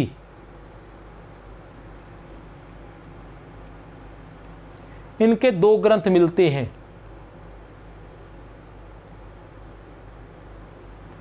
दो ग्रंथ तो नहीं थे। तत्सम प्रधान भी नहीं थी इनकी भाषा। हितजू को मंगल इनकी रचना है। 1 और 4 सी है उत्तर, उत्तर है सी।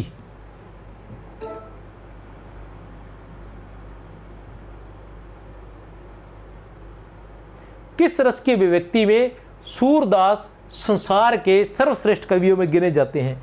किस रस की अभिव्यक्ति में, किस रस की अभिव्यक्ति में सूरदास संसार के सर्वश्रेष्ठ कवियों में गिने जाते हैं? रुद्र, हास्य, वात्सल्य, विभत्स, तो वात्सल्य रस। किसमें? वात्सल्य रस में।